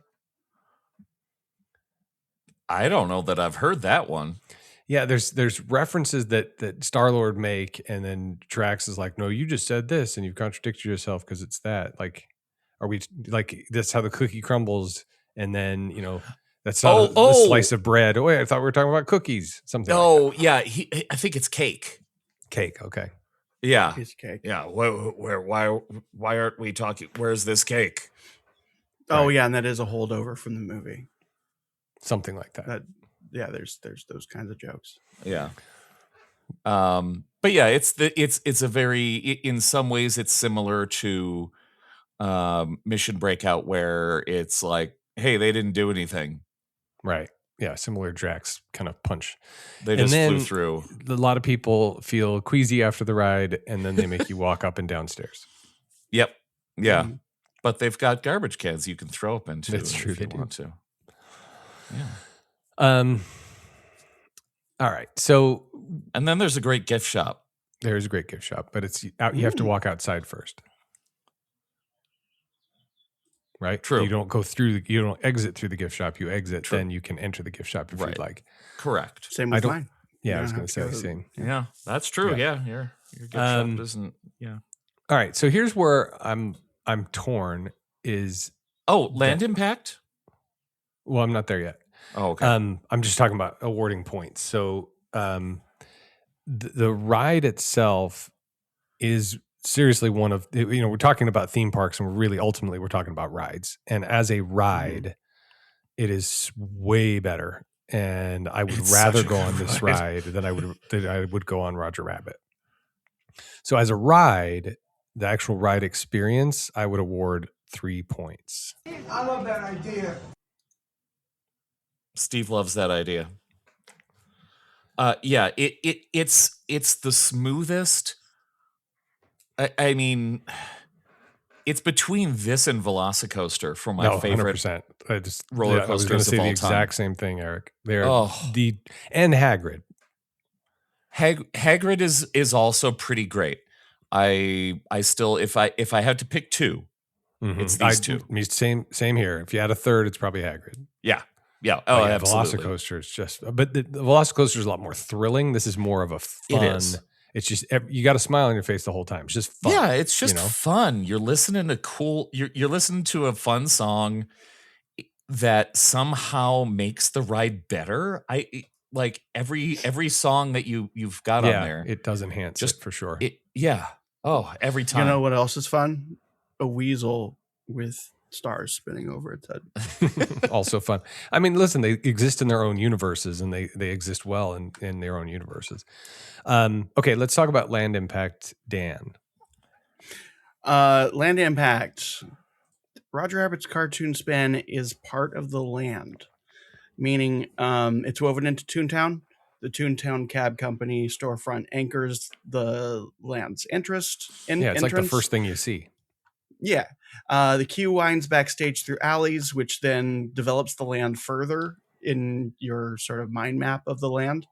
So it adds to the land by being in the land and being a part of the land. And within the queue, it extends your awareness of the land by exploring by the land. Queue. I mean, it's the Toontown is from this movie. Yes. Yeah. So before the ride, Toontown was just meet and greet houses. Now it's a coherent land with an anchor that is adult friendly adjacent. It's not a thrill ride, but it can be very thrilling if you spin it very quickly. So basically, Cartoon supports the land. Cosmic Rewind, I would argue, is the land. Wonders of Xandar Pavilion exists solely to house the coaster. Universe of Energy building was hollowed out. No broader theming. It's just a marble peg inside in the Epcot round hole, and that's about it. Yeah. So I think that for me, well, first, can you see the massive show building from anywhere in the park? Never. No. Oh, you mean Roger Rabbit? I'm gonna get no, there. You actually can't. You can't. No. You cannot. Okay. Got it. So I would argue that the ride is the land and that it's Roger Rabbit in Toontown. So what I would have preferred is it that though? Now? Because maybe not Minnie's anymore. Runaway Railway. Maybe not anymore. But what I'm similar to Star Tours, and you exit Star Tours into Batuu. I think this ride should be the front or like an entrance, and then you exit. the ride ends in Toontown and you walk out and you're in Toontown. I think that'd be cooler. Well, but it's incorporated into the downtown district of Toontown. No, I get it. I think it'd be, that fun reveal if you walk out and you see the big Toontown mountains and all that stuff. But anyway, it doesn't detract from anything. I'm not saying it's a negative. I'm just saying, wouldn't it be cool if? But it's the also, first thing by you the way, see. Also, by the way, Toontown and by extension, this ride didn't replace anything. It was an addition, not a subtraction. Or a replacement. Yeah. So I don't know. As far as I think it's very integral to the land. Maybe it used to be the anchor. I think Mickey and Minnie's is now the anchor. I think Roger Rabbit's more of like the train at the entrance of Disneyland, and then But anyway, I think it has a very big impact land wise, and it is the first thing you see when you walk up that hill. I think, in fairness, I think you might be thinking of it from the point of view of somebody who knows that Roger Rabbit is an interesting and important character. But I think anyone 10 or more years younger than us don't know who Roger Rabbit is. It's just, there's that ride over there. Yeah. And what's that? Why is there a cab coming out of the wall? Yeah, and it's almost like, here's this fun extra weird thing that you didn't know you were gonna get. Right. Okay. So Eric, your turn. Well, I mean, there's almost nothing else going on in World Discovery. Well, you've got Mission Space, Test Track. Is Test Track I guess it is technically part of World Discovery. Yeah. I guess that's been redone. Mission Space, most people don't care about. Space 220 is a very interesting restaurant. I actually like going to Space 220. This chunk over here is next to what used to be the Wonders of Life, which was a whole pavilion full of attractions. Spent a lot of time on it. Yeah. And then there's the universe of energy. This was a big attraction. This replaced it. Yes, they made an even bigger show building. Let's talk about the show building. Yeah, let's talk about the show building. For the listeners not been, it is a massive building. It's incredibly they painted large. It to look like the sky, effectively. Yeah. And which is always the same color. Yes, always the same color. And I suppose when you're in the park, you don't really see it. You're not paying attention to it. But when you have any kind of distance, you can see it from miles away. It is a very big building. Yeah. That, what other choice did they have? But and I suppose they do a good job when you're in the queue, and you kind of forget about it when you're in the World Discovery and the front part of the park, right? Yeah. If you are near the building, you won't notice it. That's true. Across the way, I will say we were in Japan, and my wife could still see that building. No, this is the point of the argument.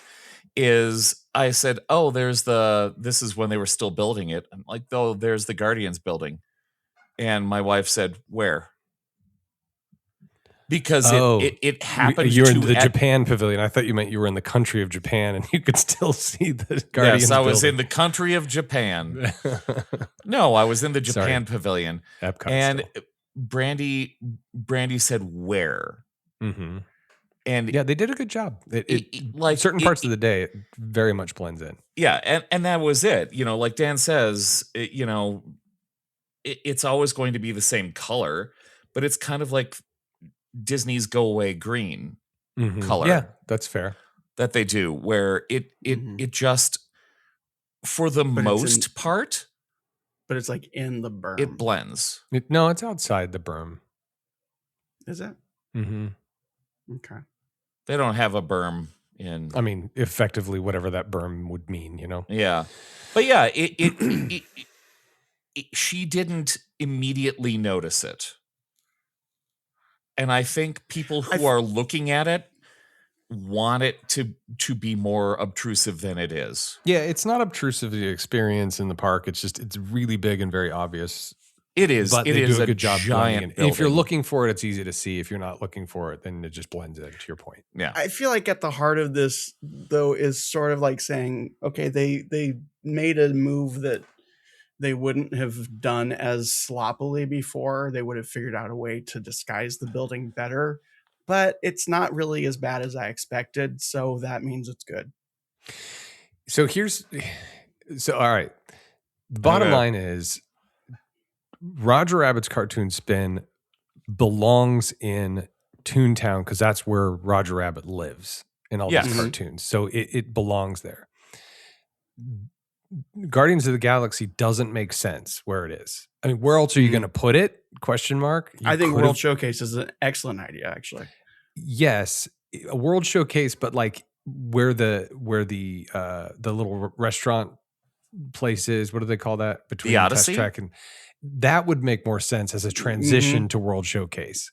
Yes, maybe they physically 100%. couldn't do it, but I don't like the fact that they really shoehorned it in and they're like, well, it's because Peter Quill went to Epcot when he was a kid. It's just super shoehorned. So it just, this maybe isn't a land impact. It just doesn't make sense. You don't. Where So it is you and don't why like it's the there. basic conceit of I don't. this. Okay. I don't. I personally, I think it's a better ride. I think it's a better experience. If they're side by side, I go on Guardians all day. But because there's such But they're also disparate so attractions, different. Yeah, there's such disparate attractions. Like you can't really say this roller coaster's. I can say this roller coaster's better than that roller coaster, but it's really hard for me to say that. Yeah, one's not a roller coaster. You know what I mean? It's like, how do you really decide this? And the whole conceit of the show is we're trying to be objective, and that's really what this boils down to is objectivity, and the fact that this Guardians ride doesn't make sense. But you don't. You prefer. Do you prefer Roger Rabbit's cartoon spin with a bunch of like cartoon flats and 90s? Well, no, I'm not saying it's not that. just flats. Colors. There's a little more three-dimensional to it. True. Part of this, and I gave it credit. I gave them both credit for the spiritual successor of it all with the queue and immersion and everything. I Guardians is a better ride. Like it hands down is a better ride. And so it would be easy to say there's no argument, but that's not the point of the show. What if then it becomes which is doing the better job at being a Disney attraction? This is Epcot, though. If this were in Magic Kingdom, that's a different story, but this is in Epcot and it's doing a very good job being in Epcot. Okay, but let me throw that back at you. If it's about doing the best Epcot, then why replace Universe of Energy? Why not replace I don't know, Wonders of Life? Corporate greed is the answer to that question. So I where I'm at is the tiebreaker, because right now it's 6-6. The tiebreaker for me is just this conversation about it doesn't belong. It doesn't belong where it is. Mm-hmm. They did a good job shoehorning it, and they logically, I get why they did it, but it's really just about corporate, it's branding and getting people to go to Epcot to ride this roller coaster. It's awesome. Mm-hmm. So you're saying that if they had taken one of the empty like World Showcase pavilion pads and then put a giant warehouse behind it, it would have been it just better makes more for sense. you It's World Showcase, and you could even change it to World's Showcase, like World's, with an S. You could make that one change. It would have been a really weird choice, but in a way that would have been really fun and interesting, I think. Right. Well, the argument could also be made next to Germany. Yeah, well, I mean, I obviously it wouldn't work, but it would make more sense.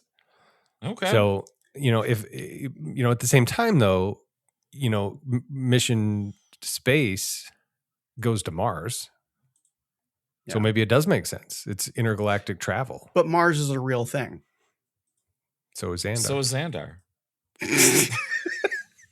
Okay, can I help you with this? Because this is kind of where I'm at with when I tried to come up with my actual argument, and with knowing that I might need to do a reverse Dan Hates the Beatles thing about how this is so, inspirational and everything. Glad I didn't have to go there. Here's where I legitimately came down to is that the Cartoon Spin is kind of it's a symbol. First of all, it's the last Roger Rabbit thing we're gonna get, which by itself is kind of cool. Ever, yeah. Just for contractual reasons. No, they're not doing any more Roger Rabbit things anywhere.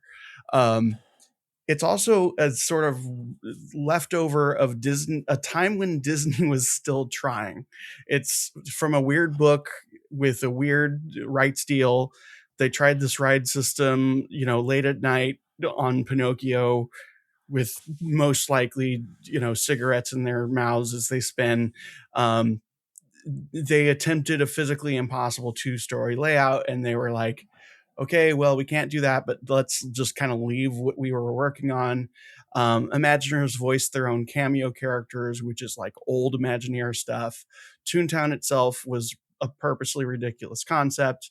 They had exploding mailboxes, you know how it went. This was an era when Disney took risks that could fail, but they still did it because the failures themselves were interesting.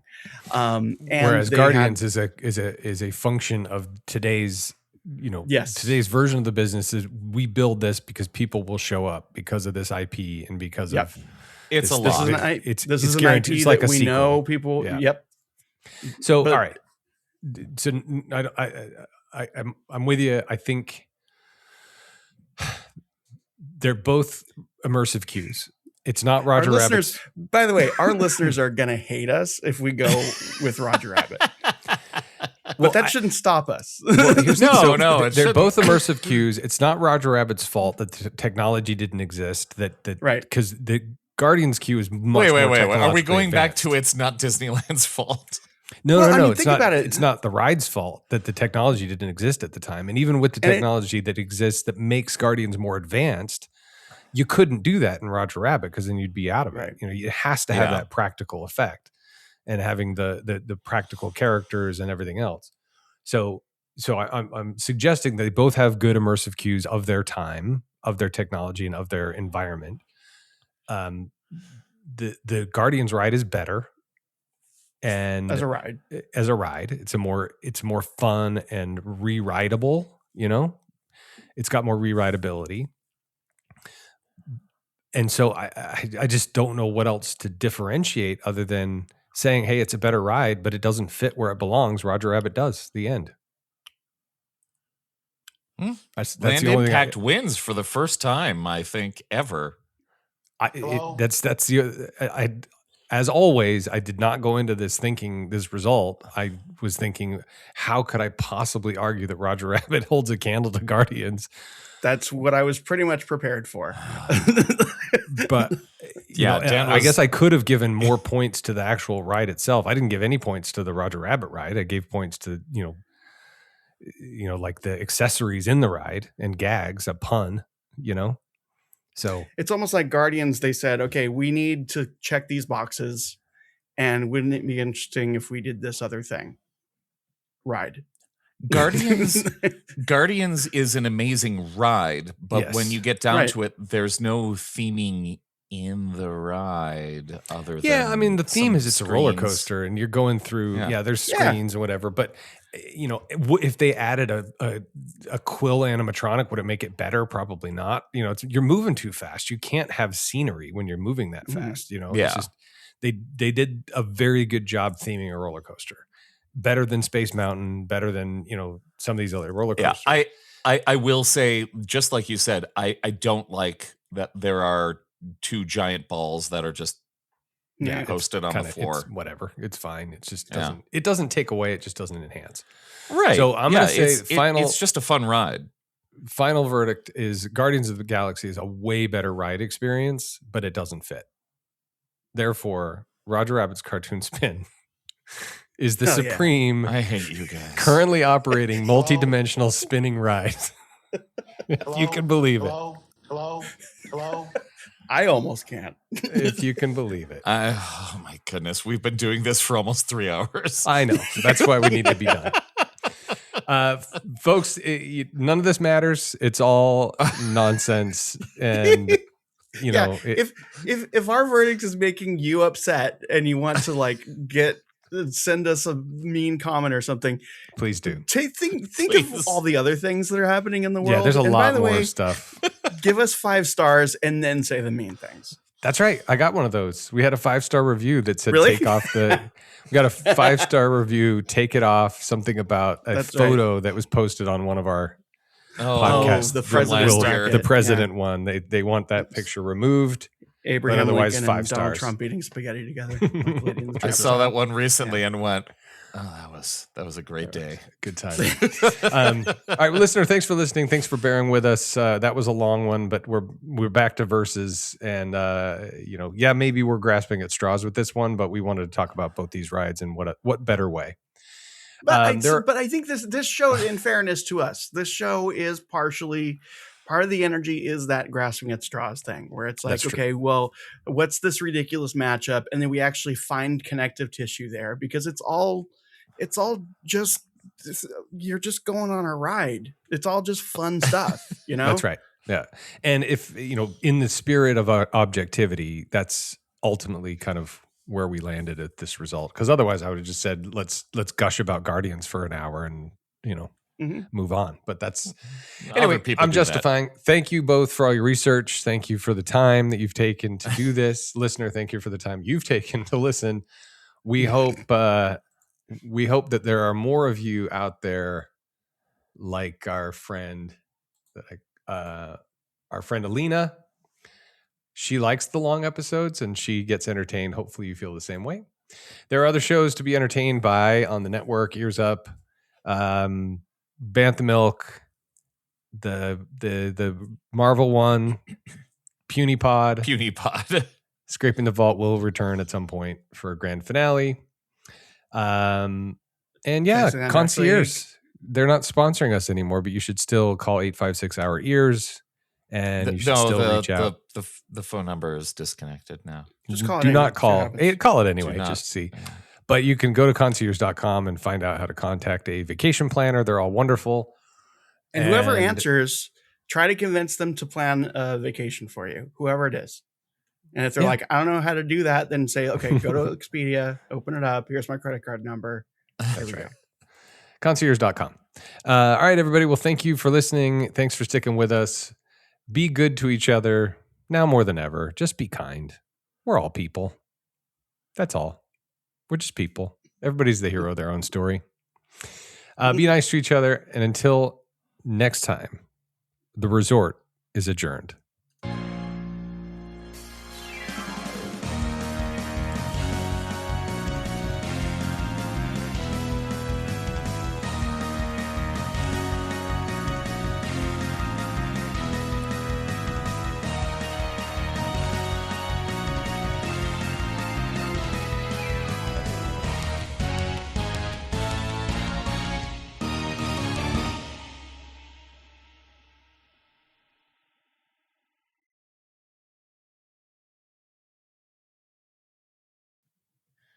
Stop blowing your microphone.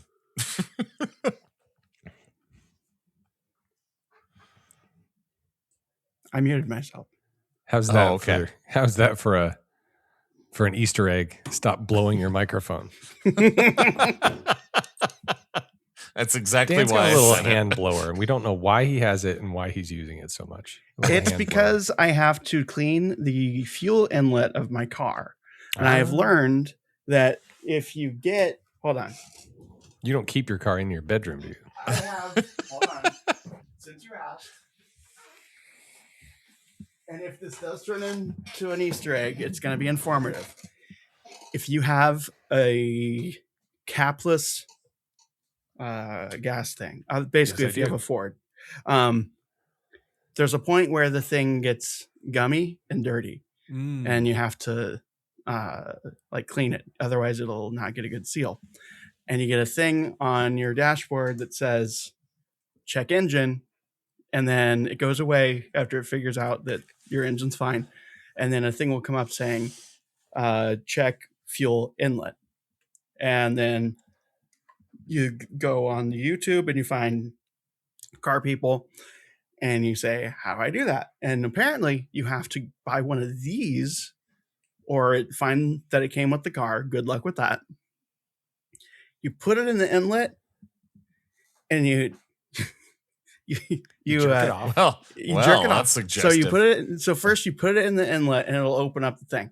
And you get WD-40, and you spray around the edges of this thing. Not. So you lubricate the thing you're thrusting into your car. Yes, you want to apply lubricate proper the lubrication thing that stick into the whole of the car. before vigorously inserting. You're penetrating. Repeatedly penetrating the gas hole. The gas hole. So you don't want to put the lube into the tank. No, you want to put it on the outside. You want to put it on the outside. So it slides into the gas hole. If easier. my hand is the gas hole, you penetrate it like that real quick. And then I'm going to turn my microphone off for this part. Well, I can't. Okay, so then you get compressed air, which miniature hair dryer. I was going to buy a can of compressed air, but I realized that these things exist, which you just charge them and it's compressed air forever. And you go like this. And it blows all the gunk. And then, once again, you take the gas hole and you go like... Yeah, so... You go like that again. So you blow it. You blow it only after you stick it into the gas hole. Yes, but it still needs to be properly lubricated by the WD-40. And then you wipe off. You gotta get a towel or some tissues. Get a towel or an old tube sock. Yeah. And then you get a towel and you wipe off all the brown and all the lubricated brown residue. Thank you for listening to this. We love you. The more you know. Oh my God. Starting a business can seem like a daunting task, unless you have a partner like Shopify. They have the tools you need to start and grow your business. From designing a website to marketing to selling and beyond, Shopify can help with everything you need. There's a reason millions of companies like Mattel, Heinz, and Allbirds continue to trust and use them. With Shopify on your side, turn your big business idea into... Sign up for your $1 per month trial at shopify.com/special offer. Health starts with what's on your plate because a healthy plate is more than a meal, it's a foundation. Just as food draws life from deep roots in the earth, families thrive from the support of healthy food. When families can count on nutritious meals, lives take root. Kids take root in school, parents take root at work, seniors take root in their communities. A healthy meal isn't just nourishment, it's stability and hope. With your support, we can put food at the center of better health for everyone. Give now at feedingamerica.org/health.